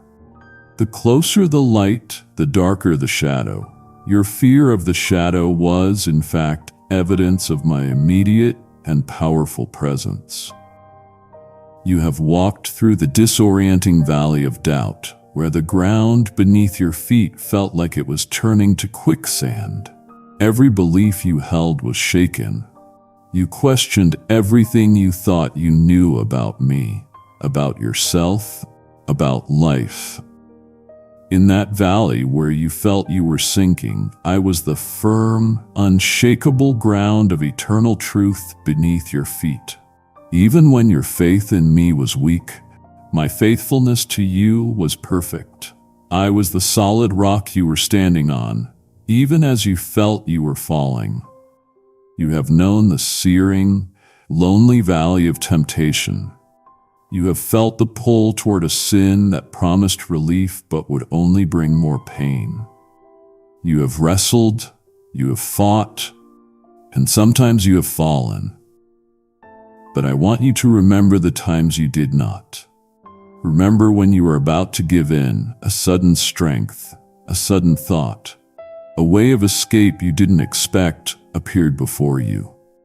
That was me. I was faithfully providing for you in the valley of temptation, showing you that with my strength you could walk through it and come out clean on the other side. You have cried your way through the lonely valley of heartbreak. You have felt the shattering pain of loss and betrayal. In that valley, I was not a distant observer of your pain.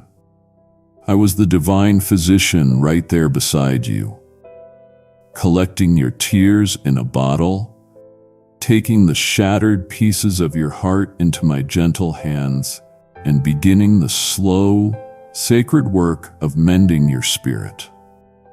And in the humiliating valley of failure, when you were laid low by your own choices and could not even lift your head, I was the persistent, loving voice that knelt beside you in the dust and whispered, "Rise up, my child. This is not your end. This is not who you are." My protection has been your rear guard against the ghosts of your past regrets and your strong tower against the fears of your present circumstances. My child, you have felt my presence as your shield in the darkest valley. Your heart asks, "How can I share this light?" This is your answer. Every gift you sow is a seed of light planted in the soil of another's despair, becoming a lamp for their feet in a desolate valley. It grieves my heart to see my other children still stumbling in darkness, convinced they are alone. This moment is not random. Your obedience now sends a rescue mission into their deepest fears. I promised that the people dwelling in darkness would see a great light, and you are how I am fulfilling that promise today. As you release this gift, I release over you a shield of peace that no shadow can penetrate. Now sow that light, super thanks, become a member, or find the PayPal link below and partner with me in piercing the darkness. Beloved, breathe this in. We have walked through your darkest valleys together just now. I implore you, do not leave this sacred space. To stop now would be to see the shadows without understanding the purpose of the light that cast them. It would wound my spirit for you to miss this next truth. For we are on the verge of turning your season of aimless wandering into a story of divine appointment. We are so close. Stay a little longer. There have been seasons in your life that felt like a barren wilderness. You felt dry, forgotten. You wandered in circles, and your soul thirsted for relief that never seemed to come. I want to tell you the truth about those wilderness times. I led you into that seeming desolation, not to abandon you, but because it was the only place quiet enough for you to hear me. It was my divine appointment, a place where I could finally have you all to myself, away from the noise and distractions of the world, so I could speak tenderly and directly to your heart. The wilderness was my chosen instrument to strip away your fragile and failing self-reliance. In the comfort of your normal life, you trusted in your own strength, your own intellect, your own plans. But in the wilderness, all of those things failed you. You were brought to the end of yourself. It was there in your weakness that you could finally begin to discover the limitless, inexhaustible nature of my strength. It was in the barrenness that I taught you the eternal truth that you do not live by bread alone, but by every single word that proceeds from my mouth. You learned that your true sustenance comes only from me. The painful isolation you felt was designed by me to silence the world's distracting clamor. The voices of friends, of family, of your culture, all faded away. And for the first time, there was a stillness. It was in that profound quiet that you could finally begin to discern my gentle whisper. It was a voice that had been speaking all along, but you were finally able to hear it. It was in your scarcity that I revealed my supernatural provision. Remember that unexpected help? The provision that came from nowhere just when you needed it most? That was your spiritual manna from heaven. That was living water I brought forth from a rock for you. Therefore, you must completely reframe your past suffering. Your season of aimless wandering was, in truth, a holy training ground. It was never, ever a place of punishment. It was a place of preparation. It was a sacred space where I was doing the deepest and most important work in you. I was teaching you, molding you, strengthening you, and preparing you for the promises I have for you. The wilderness was not your prison. It was your classroom. It was not a sign of my displeasure. It was a sign of my deep, intentional, and transformative love for you. You have often looked back on your life and lamented the long, winding way you have come. You see the detours, the wasted years, the scenic routes that led nowhere, and you have mourned them. You think of the shortcuts you could have taken. But listen to me now. That long way around was my chosen path for you, designed to teach you profound lessons you could never have learned on the easy road. A faith built on a shortcut is a shallow faith, unable to withstand the storms. I was not interested in giving you an easy faith. I was interested in forging a deep, resilient, and powerful one. The long road was the only way to do that. You learned to hold my hand because you first learned what it felt like to fall. Remember those repeated stumbles? The times you were so sure you could handle it on your own, only to find yourself on the ground again, bruised and ashamed. Each of those moments was a painful but necessary lesson. They taught you the absolute necessity of holding fast to my unchanging, powerful hand. You stopped trusting your own footing because you realized it was unreliable. Your stumbles were not failures. They were invitations. They were my way of teaching you to stop walking alone and to finally, desperately reach out for me. And I was always there to take your hand. I lovingly permitted you to completely exhaust your own resources. You tried everything else first, didn't you? You trusted in your own intelligence until it failed you. You trusted in your money until it ran out. You trusted in your own strength until you had none left. You trusted in your plans until they all fell apart. I allowed you to come to the very end of yourself. Not as a punishment, but so you could finally see the utter limitlessness of my resources. It was only when your well was completely dry that you were willing to drink from my eternal spring. It was only when your hands were empty that you were ready to receive what I longed to give you. You must understand this.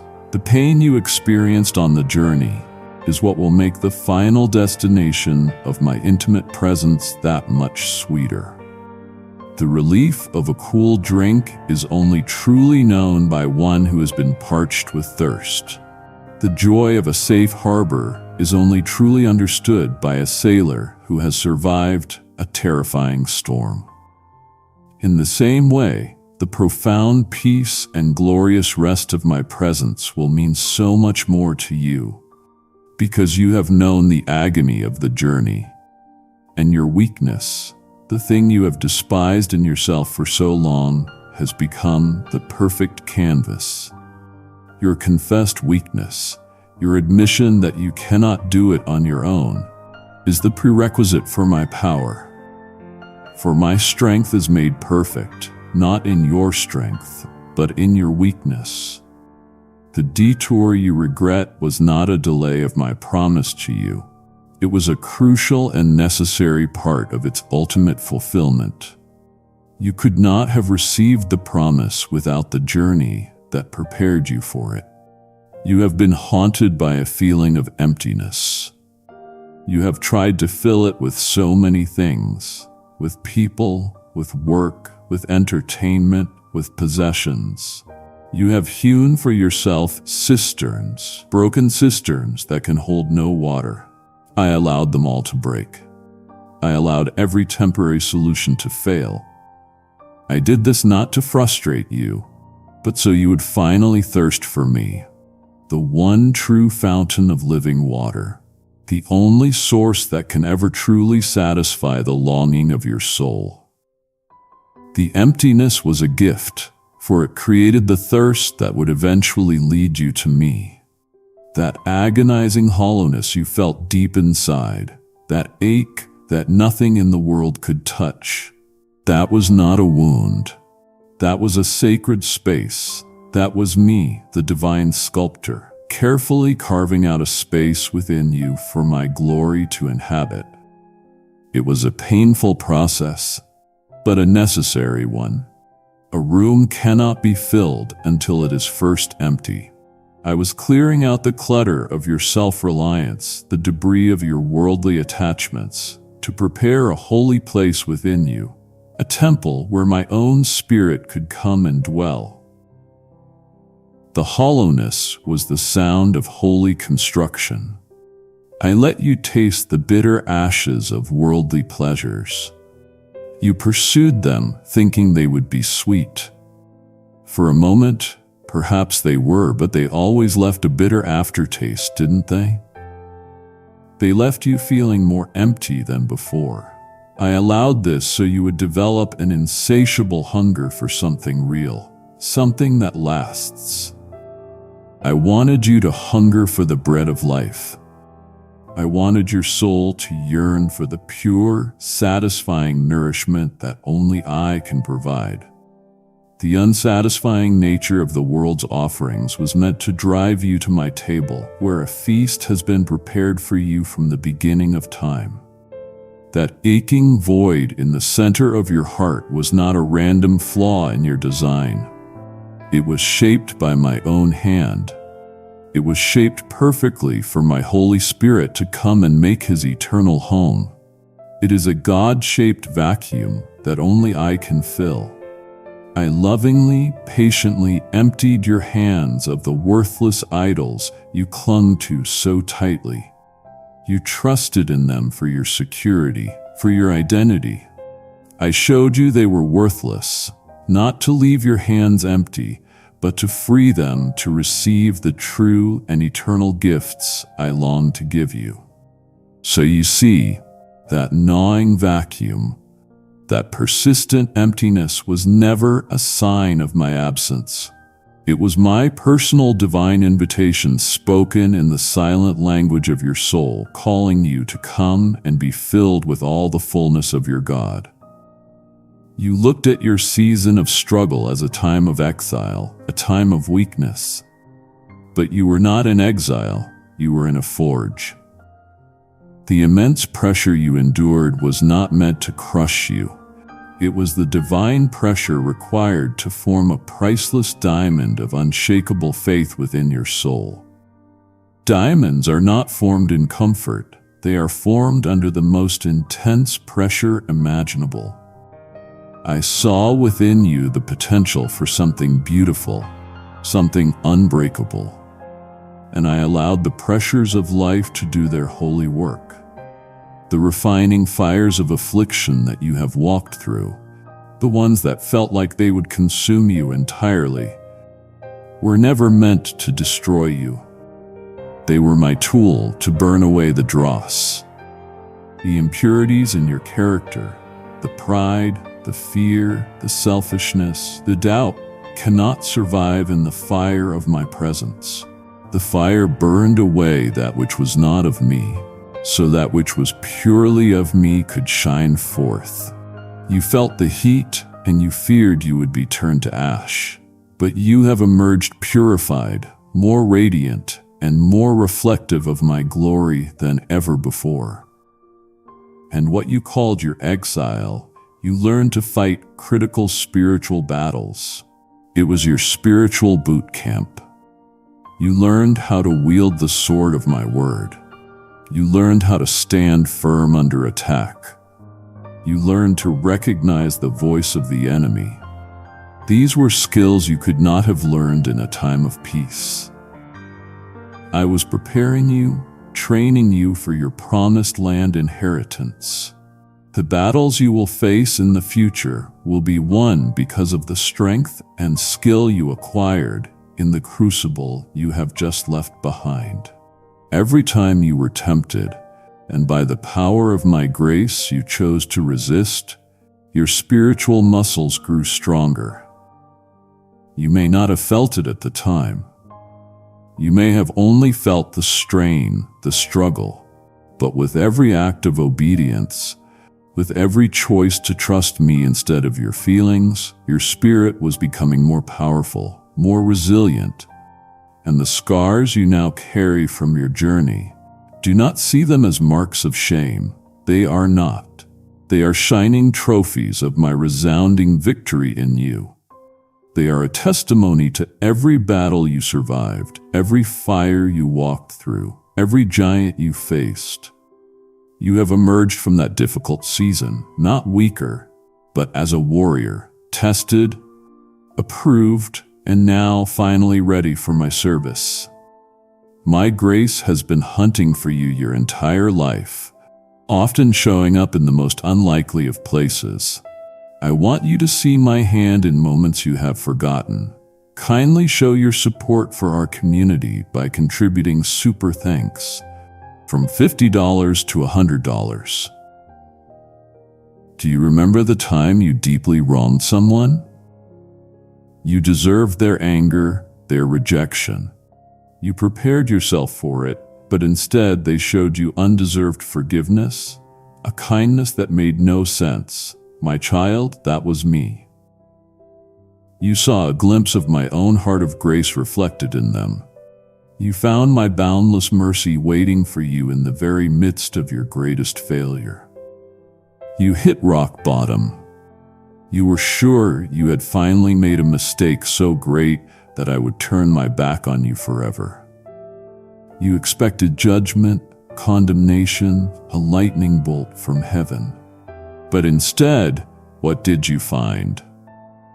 A strange, quiet peace, an unexpected second chance, a way forward when you thought all rooms were closed. That, beloved, was my mercy, meeting you not where you should have been, but right where you were, in the middle of your mess. You have felt my tangible presence and not even known it was me. It came as a sacred melody on the radio that seemed to be speaking directly to your soul. It came in a glorious sunset that took your breath away and for a moment made all your problems seem small. It came as a moment of unexpected quiet in a day full of chaos, a brief pause where you felt a sense of peace you could not explain. These were not random emotional experiences. These were divine appointments, moments where I pulled back the curtain of the physical world to let you feel the reality of my presence wrapped around you. My grace has often worn a human face. It appeared as a helping hand extended to you from a person you least expected to show you kindness. It was a friend who stuck by you when everyone else walked away. You saw my unwavering faithfulness perfectly reflected in their steadfast loyalty. I manifest my character through my people. When you saw their loyalty, you were seeing a reflection of mine. And even in the pigsty of your own making, in those places of deep shame and regret, my prevenient grace was already there. I was the one who placed that longing for home in your heart. I was the one who was paving the prodigal road back to me long before you even decided to take the first step. Do you feel that? My grace has been woven through your entire life, but what I am about to tell you is the very heart of it all, the source from which every one of those moments flowed. To leave this conversation now would be like admiring the streams, but turning your back on the fountainhead. It would break my fatherly heart. The most crucial, life-altering part of my message to you is next. I need you to hear this. Stay with me. This is perhaps the most difficult truth for your heart to accept. So listen with all your being. My love for you is not contingent on your performance. I love you at your absolute worst, in your moment of greatest sin and rebellion, just as much as I love you at your very best. My love is perfect, which means it does not change. It does not increase when you are good, and it does not decrease when you fail. It is the one true constant in the universe. You must stop trying to earn my affection. My love for you is not a wage that you can earn through your efforts. It is not a prize to be won. It is an incomprehensible gift that you can only freely and humbly receive. You have spent so much of your life striving, trying to be good enough, trying to clean yourself up, trying to impress me. Let go. Be still. Cease your striving and simply let me love you. My love is not a reward for your performance. It is the fuel for your transformation. You cannot wander so far into the darkness that you outdistance the tenacious, relentless reach of my steadfast love. Imagine the farthest, darkest corner of the universe. My love is already there waiting for you. There is no mistake you can make, no sin you can commit that will cause me to let go of you. The evidence is the cross. Before you ever accomplished a single good deed, while you were still helpless in your sin, my Son died for you. That is the ultimate proof that my love comes first. It is not a response to your worthiness, it is the cause of it.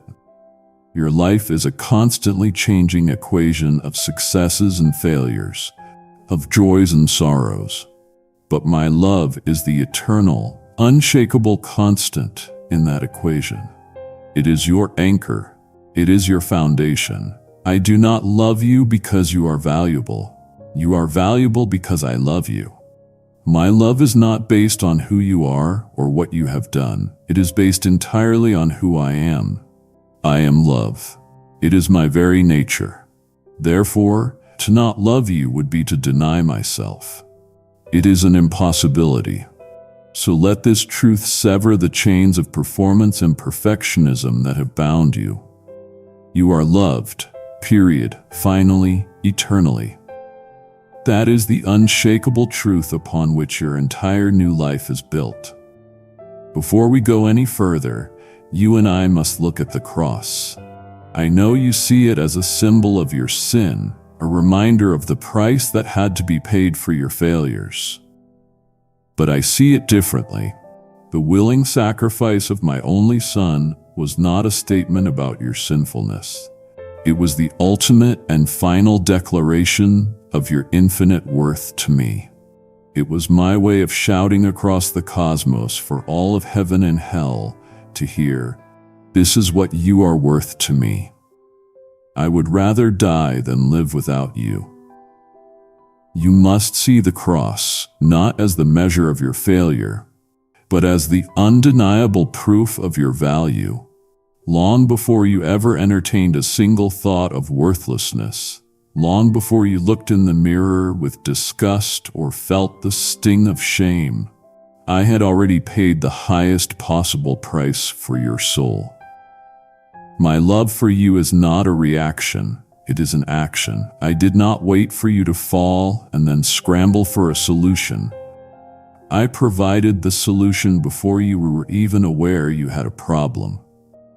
The cross was a preemptive strike of love against the lies of worthlessness that I knew the world and the enemy would one day whisper to you. I want you to picture it.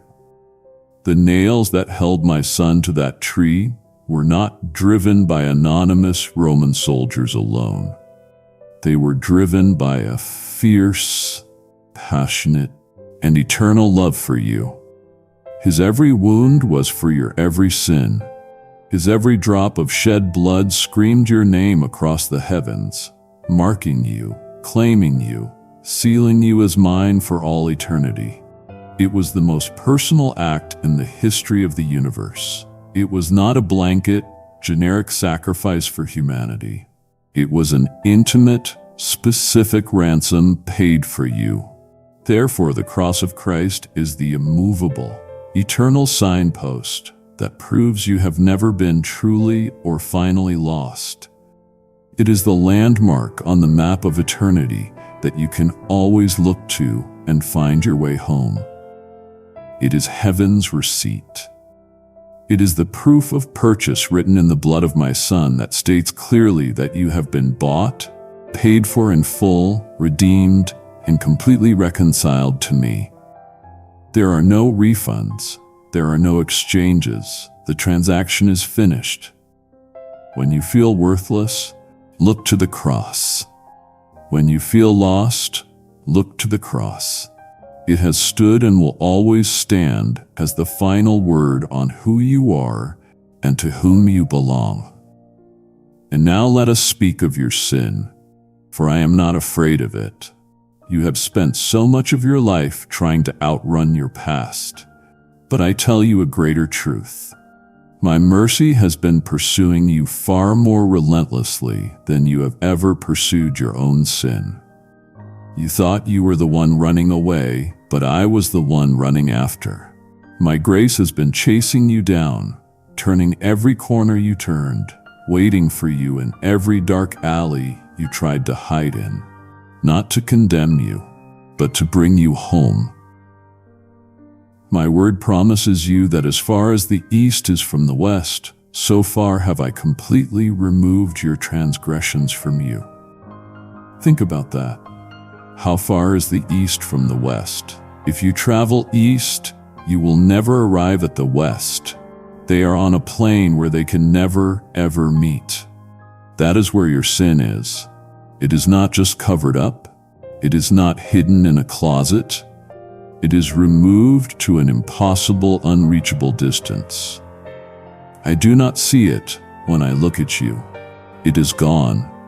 You cannot possibly sin deeper than the ocean of my grace can reach, because that ocean is bottomless. You imagine your guilt as a great weight, but it is nothing more than a shallow puddle.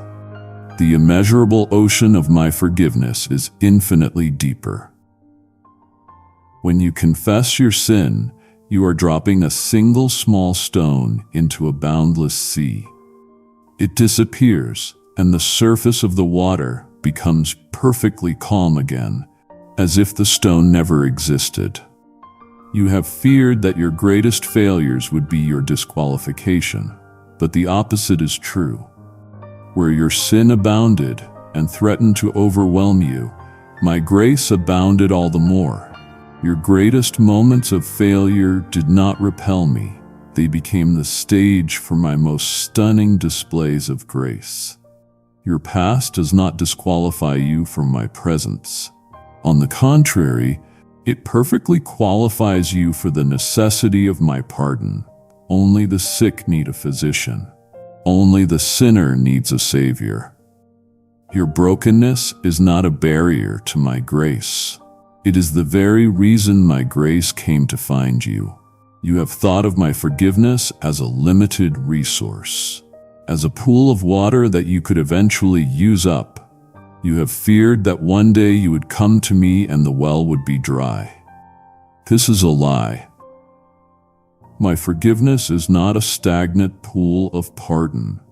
It is a fresh, cleansing, powerful river, and its current is made new for you every single morning. It never grows stale. It never runs dry. Each and every time you come to me in repentance, the river washes over you and you are made completely clean.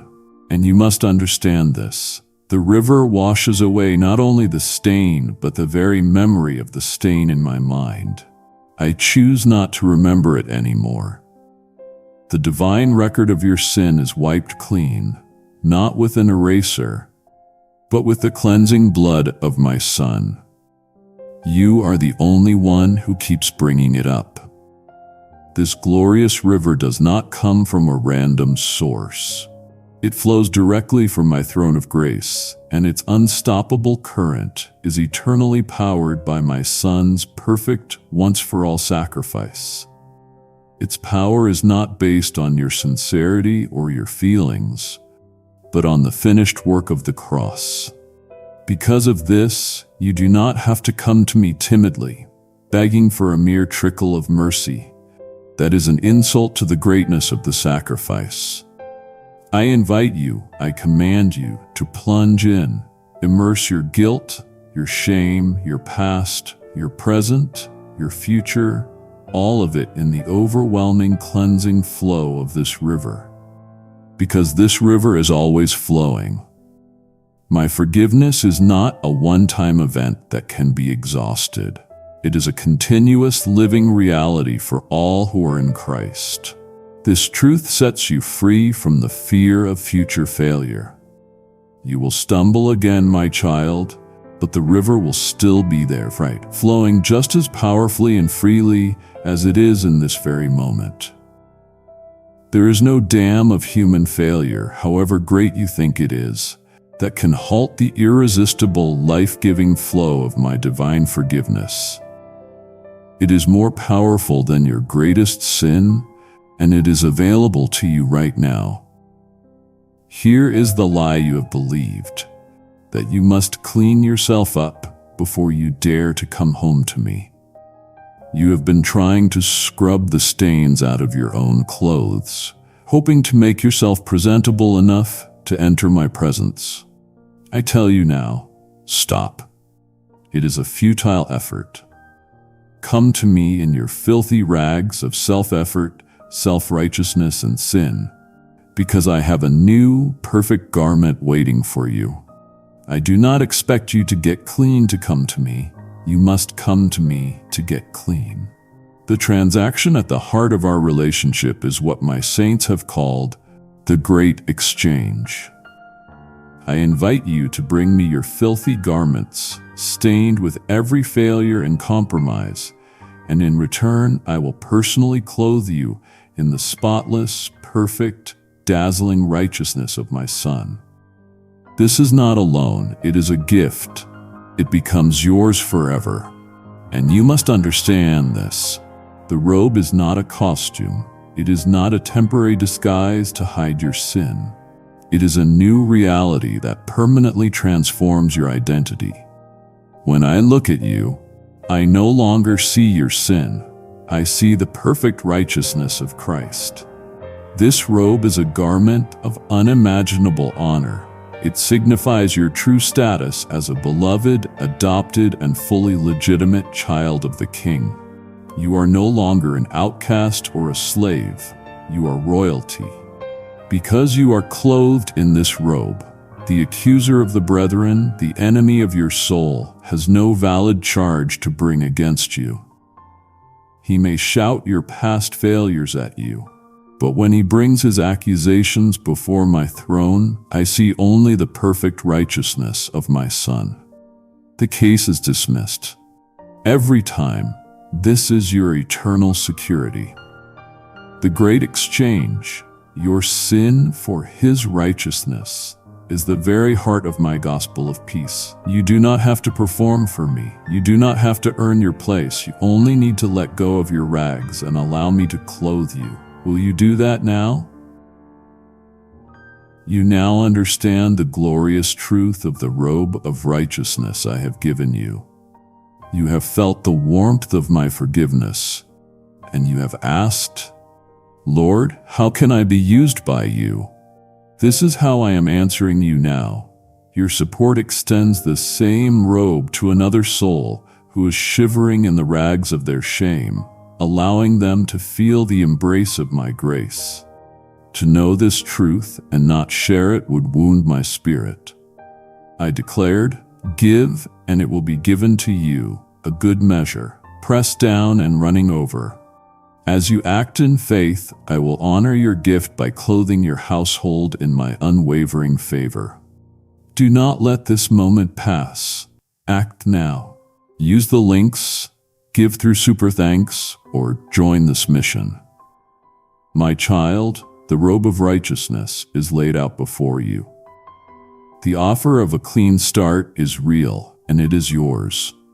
But it would grieve me beyond words for you to see the open door of home but never step through it to the celebration waiting inside. You have heard the word, but now you must experience the welcome. Do not walk away from the threshold. Let me show you what my embrace feels like. Today, the party is about to begin in your honor. For so long you have imagined that the path back to me is a difficult, overgrown, and treacherous one. Kindly show your support for our community by contributing Super Thanks from $50 to $100. You believe it was blocked by your failures, but that is not the truth. I have never, not for one moment, blocked the road back to me. It was your own shame and your own guilt that acted like a thick fog, obscuring the path that has always been right in front of you. The way home has always been open. The undimmed, unwavering light of my love has been a constant beacon, continually illuminating your way back. Like a lighthouse on a stormy coast, it has never gone out. It has cut through the darkest nights of your soul, calling you, guiding you, showing you that a safe harbor is near. The path was never hidden from you. You had simply closed your eyes. I want to redefine repentance for you. You have thought of it as a painful, shameful groveling, a process of beating yourself up for your failures. That is not my definition. True repentance is a joyful, decisive turning toward my waiting embrace. It is the moment a lost child finally turns and sees the face of his loving father searching for him. It is not about focusing on the darkness you are leaving behind. It is about focusing on the glorious light you are turning towards. The way back to me is not through a confusing maze of religious rules, regulations, and rituals. You do not have to navigate a complex system to find me. The way is not a map. The way is a person. My son Jesus said, I am the way, the truth, and the life, and no one comes to the Father except through me. The path home is simple. It is coming to Him, and I did not move the goalposts of my acceptance. My arms have remained in the exact same place, open ever wide, since the moment you first wandered. My conditions for your return have never changed. At any given moment of your life, no matter how far you thought you were only one decision, one simple turn of your heart away from being home. My child, you have been bracing yourself for my judgment. Part of you still expects a stern lecture, a list of your failures, a recounting of all the ways you have disappointed me. I want you to banish that thought from your mind forever. The courts of heaven do not scowl at your humble return. They erupt in thunderous, joyous celebration. Can you hear it? The sound you perceive as distant thunder is the sound of angels rejoicing, of saints cheering, of my own heart singing over you. Your homecoming is the greatest news this universe can receive. You have heard the parable of the lost sheep. You are that one sheep. And while the 99 were safe, all of my focus, all of heaven's attention was on you. The moment you turned back, the moment your heart whispered, "I want to go home," a wave of joy that you cannot possibly comprehend washed over my entire kingdom. There is more rejoicing over your return than over all those who never felt the pain of being lost. Your return is not a footnote in the history of heaven. It is a headline event. I am not waiting for you at the door with a detailed list of your failures. I have thrown that list into the sea of my forgetfulness. Instead, I am waiting for you with a fatted calf prepared for a great feast. The table is set. The finest robe is ready. The ring of honor is waiting for your finger. Your return does not serve to remind me of your rebellion. It serves as the perfect occasion to magnify the extravagant, incomprehensible power of my redemption. Your story does not bring me shame. It brings me glory because it showcases the greatness of my love. So I command you now, prepare yourself not for a stern lecture on your wrongdoing, but for a lavish party thrown in your honor. Let go of the carefully rehearsed speeches of apology you have been practicing in your head. There is no need for them here. All I want is you. And you must understand this critical truth. My house, my family is not complete without you. Your empty seat at my table has been a source of sorrow for me. Your return brings a new fullness to my own divine joy. Your homecoming is not just for you. It is for me too. Like the father in the story you know well, I have been constantly watching the distant horizon of your life, longing to see your returning silhouette. My eyes have been on the road. I have not been passively waiting, tapping my fingers. I have been eagerly, actively anticipating this very moment. There has never been a second when my heart has not yearned for your return, when my hope for you has not been burning brightly. And see what I do now. I do not wait for you to make the long, shameful walk all the way back to the house. I do not wait for you to arrive hesitant and ashamed at my doorstep. I see you while you are still a long way off, and I run to you. Picture this, the God of the universe, casting aside all dignity, hiking up his robes and running, sprinting to meet you. My eagerness to have you back is infinitely greater than your fear and hesitation. I will close the distance myself. You do not have to earn your way back. You only have to let yourself be found. And then the embrace. This is not a formal handshake or a polite hug. This is the embrace of full acceptance, of unconditional love, of complete restoration, and of total forgiveness. Feel my arms wrap around you. In this embrace, there is no condemnation. There is no "I told you so." There is only the overwhelming feeling of safety, of warmth, of finally belonging within my arms. Your sordid, painful past is finally and forever forgotten, and your glorious, secure future is eternally sealed. This welcoming embrace is my final word.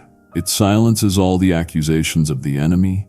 It quiets the condemning voices in your own head. It confirms your irrevocable sonship, your permanent place in my family.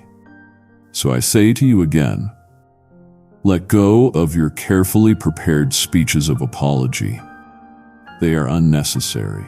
All I truly desire is to hold you once again, to feel your heart beating with mine, to whisper in your ear, "You are home. You are safe. You are mine." Stop striving, stop explaining, stop fearing. Just fall into my arms. This is where you have always belonged. Now that you are home, it is time to learn to listen again. For too long, you have been guided by the confusing cacophony of the world. I am asking you now intentionally to tune it out. Turn down the volume on the world's anxieties, its demands, its empty promises, and its accusations. And in the quiet you create, listen again for the clear, gentle, and unmistakable call of your Good Shepherd. I know your name, and you, deep in your spirit, still know my voice. My holy word is the primary way I speak. It is a lamp to your feet and a brilliant light to your path. Allow it to guide your every step from now on. Do not treat it as a book of rules to be followed out of duty, but as a love letter to be cherished, a living conversation that I want to have with you every single day. As you read, my Spirit who now dwells within you will make the words come alive. He will bear witness with your spirit that you are and always will be my child. That feeling of peace, that click of understanding, that inner confirmation of truth, that is my Spirit speaking to you. You must diligently learn to distinguish my voice of unconditional love from the enemy's incessant voice of accusation and condemnation. The difference is simple yet profound. My voice always leads to life, hope, peace, and freedom. The enemy's voice always leads to fear, shame, confusion, and bondage. When a thought comes to you that makes you feel worthless and condemned, you can know with absolute certainty that it is not from me. I will convict you of sin, yes, but that conviction feels like a clean, healing wound that leads to repentance and joy. Condemnation, however, feels like a festering, dirty wound that leads only to despair. Learn the difference. In the stillness of your soul, and in quiet trust in me, you will clearly hear my instructions for your very next step. I will not overwhelm you with a detailed map for the rest of your life. I will simply give you enough light for the step you are on right now. Come to me each morning and say, Father, what is our plan for today? And then listen in the quiet. I will guide you. My voice will always and only lead you toward an abundant life, an unshakable peace, and a divine purpose that will satisfy the deepest longings of your heart. For years, you have lived with the mindset of a slave, or at best, a servant. You have lived in fear of punishment. You have worked to try and earn your keep. You have felt like an outsider, hoping for scraps from the master's table. Today that must end. You are not a slave living in fear. You are a son, you are a daughter, you are a rightful heir to all my covenant promises, a co-heir with Christ himself. This is your true identity. The ring of authority I now place on your finger is not just a piece of jewelry. It fully restores your family name and your spiritual authority. It means you have the right to act in my name, to access all the resources of heaven. It is a sign that you belong to me and my power is at your disposal. And the new sandals I put on your feet signify that you are no longer a homeless wanderer. Slaves in my time were barefoot. Only sons and daughters wore sandals in the house. These sandals declare that you are a permanent, full-time, beloved resident of my house. You are not a guest, you are home to stay. Your core identity is not found in what you have done, good or bad. It is found entirely in what my Son has done for you. Your identity is not sinner, failure, or outcast. Your new, true, and eternal identity is forgiven, righteous, accepted, and beloved child of God. You must begin to think of yourself in this way. You must allow this truth to change the way you see yourself, the way you talk to yourself, and the way you walk in this world. Therefore, I command you, walk no longer as a spiritual pauper, begging for scraps of acceptance or approval. Walk as rightful royalty in my eternal kingdom. Lift your head high, square your shoulders. You are the child of a king. You were created in my very image to reflect my glory in the world. It is now time for you to live fully in that breathtaking truth. Stop defining yourself by your past. Start defining yourself by the identity that I, your Father and your King, have now bestowed upon you. This is who you truly are. Yes, feel the truth of who you are. A cherished heir, a child of the King. But this is not the end of our talk. To stop here would be to accept your royal title, but never fully grasp the unbreakable security and breathtaking inheritance that come with it. Do not leave me now when we are on the very threshold of eternity. It would deeply wound my heart for you to not hear the final, most powerful promises I have for you. Let us finish this beautiful conversation. Your glorious future awaits. The moment you first believed, the very instant you turned your heart toward me, I did something eternal and irreversible. I placed my Holy Spirit within you as a divine seal, a down payment guaranteeing your full inheritance. Think of a king impressing his signet ring into hot wax on a royal decree. That seal signified ownership and authenticity. In the same way, my spirit within you is my unbreakable sovereign seal that declares to all the universe that you belong to me now and forever. This seal is my unbreakable promise. It was not placed there by you, it was placed there by me. Therefore, you cannot break it. It is not your strength, your goodness, or your ability to hold on that keeps you safe. Let this truth set you free. It is not the strength of your grip on me that saves you, but the infinite, unshakable strength of my eternal grip on you. Your hand may tremble, your fingers may weaken, but my hand has never and will never let you go. This mark of my ownership upon your soul is invisible to the world, but it is recognized by all the hosts of heaven and all the forces of hell. The enemy sees that seal upon you, and he knows that you are my property.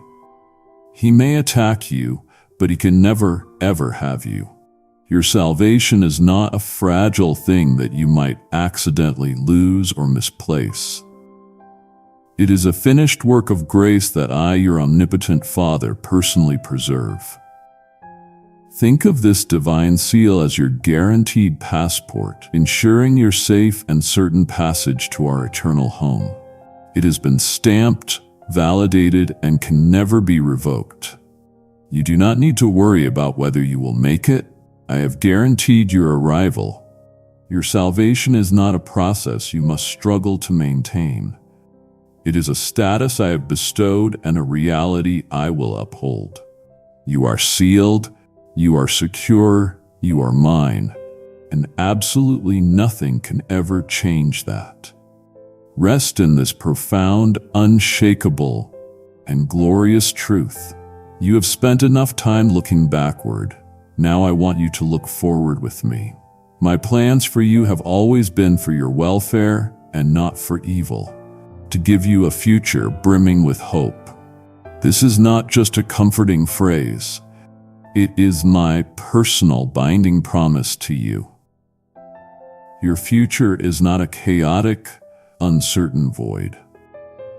It is a landscape designed by my loving hands, and it is full of a hope that is real and tangible.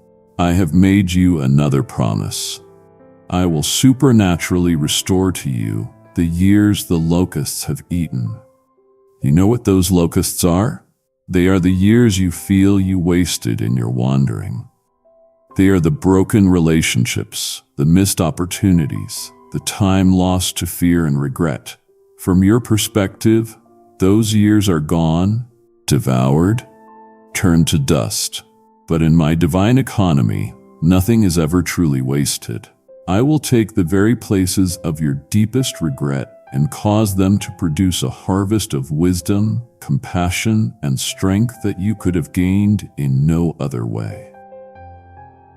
I will redeem your lost time. Let this settle in your soul.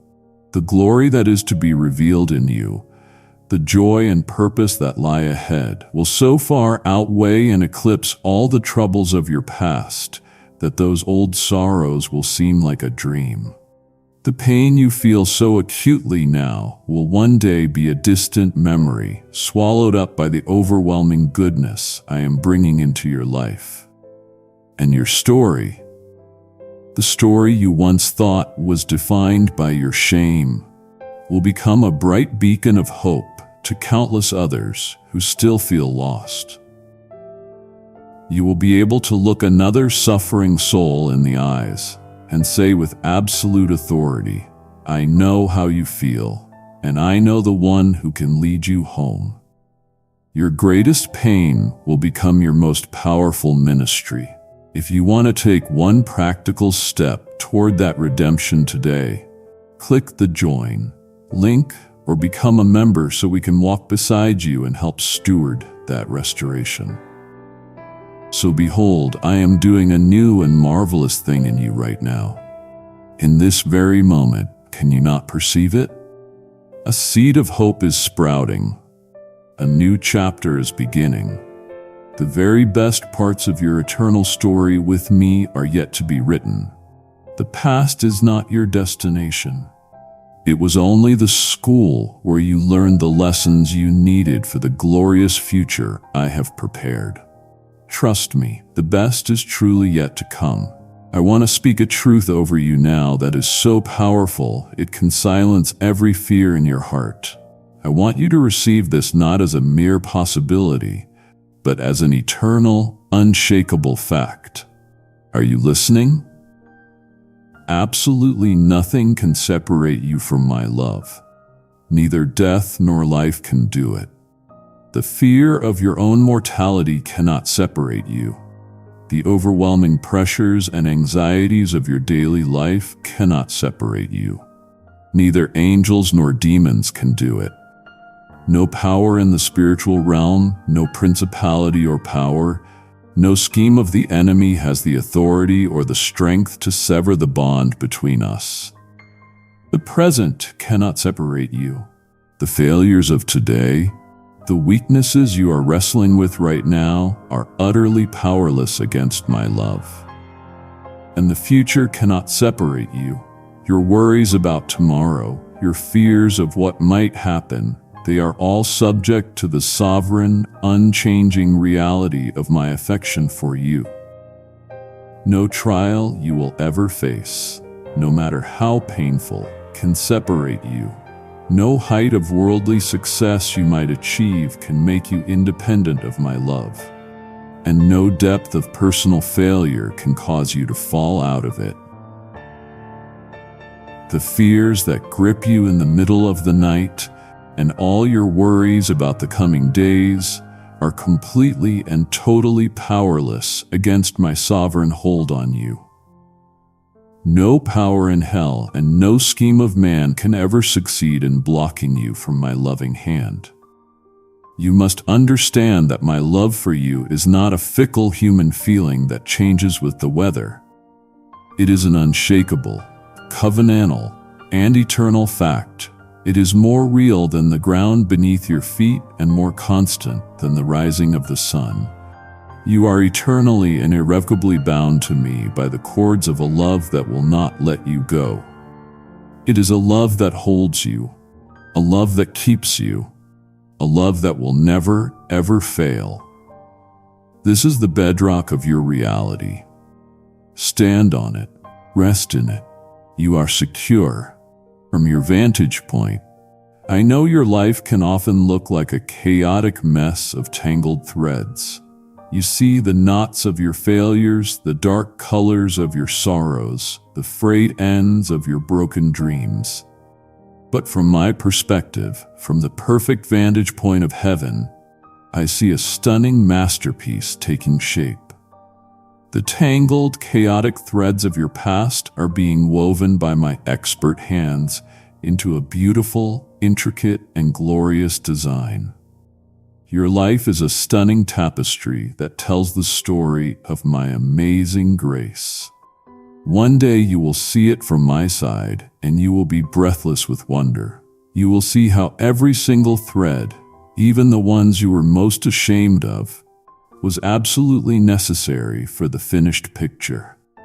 You will see with perfect clarity that I specialize in taking what the enemy meant for evil against you and turning it for your ultimate good and for my eternal glory.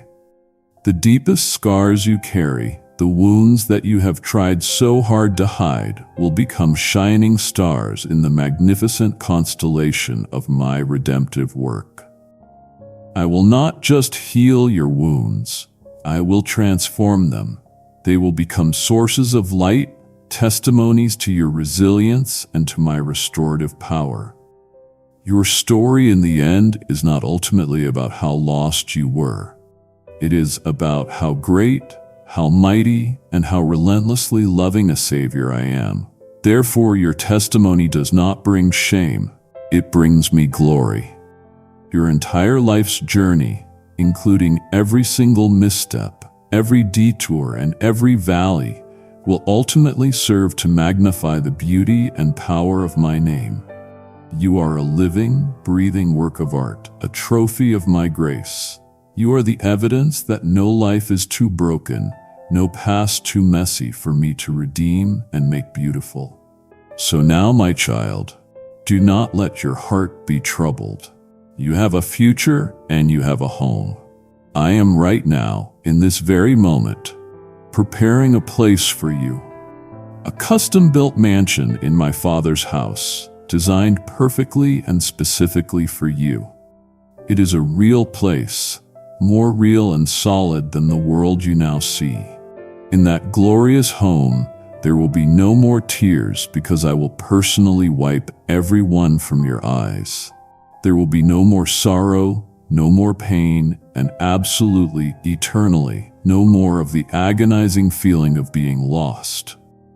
All the things that have made this earthly life so difficult will be gone forever, replaced by a joy so profound you cannot yet imagine it. There you will see me face to face. The relationship we now have through faith will become one of perfect, unhindered sight. You will know fully, even as you have always been fully known by me. All your questions will be answered. All your confusion will vanish in the light of my presence. The wilderness you have journeyed through will be but a distant, fading memory, and the promised land of being with me will be your eternal, blissful reality. You will be joyfully reunited with all the saints who have gone before you. It will be a perfect family reunion with not one beloved member missing. Our family will finally be complete, together forever.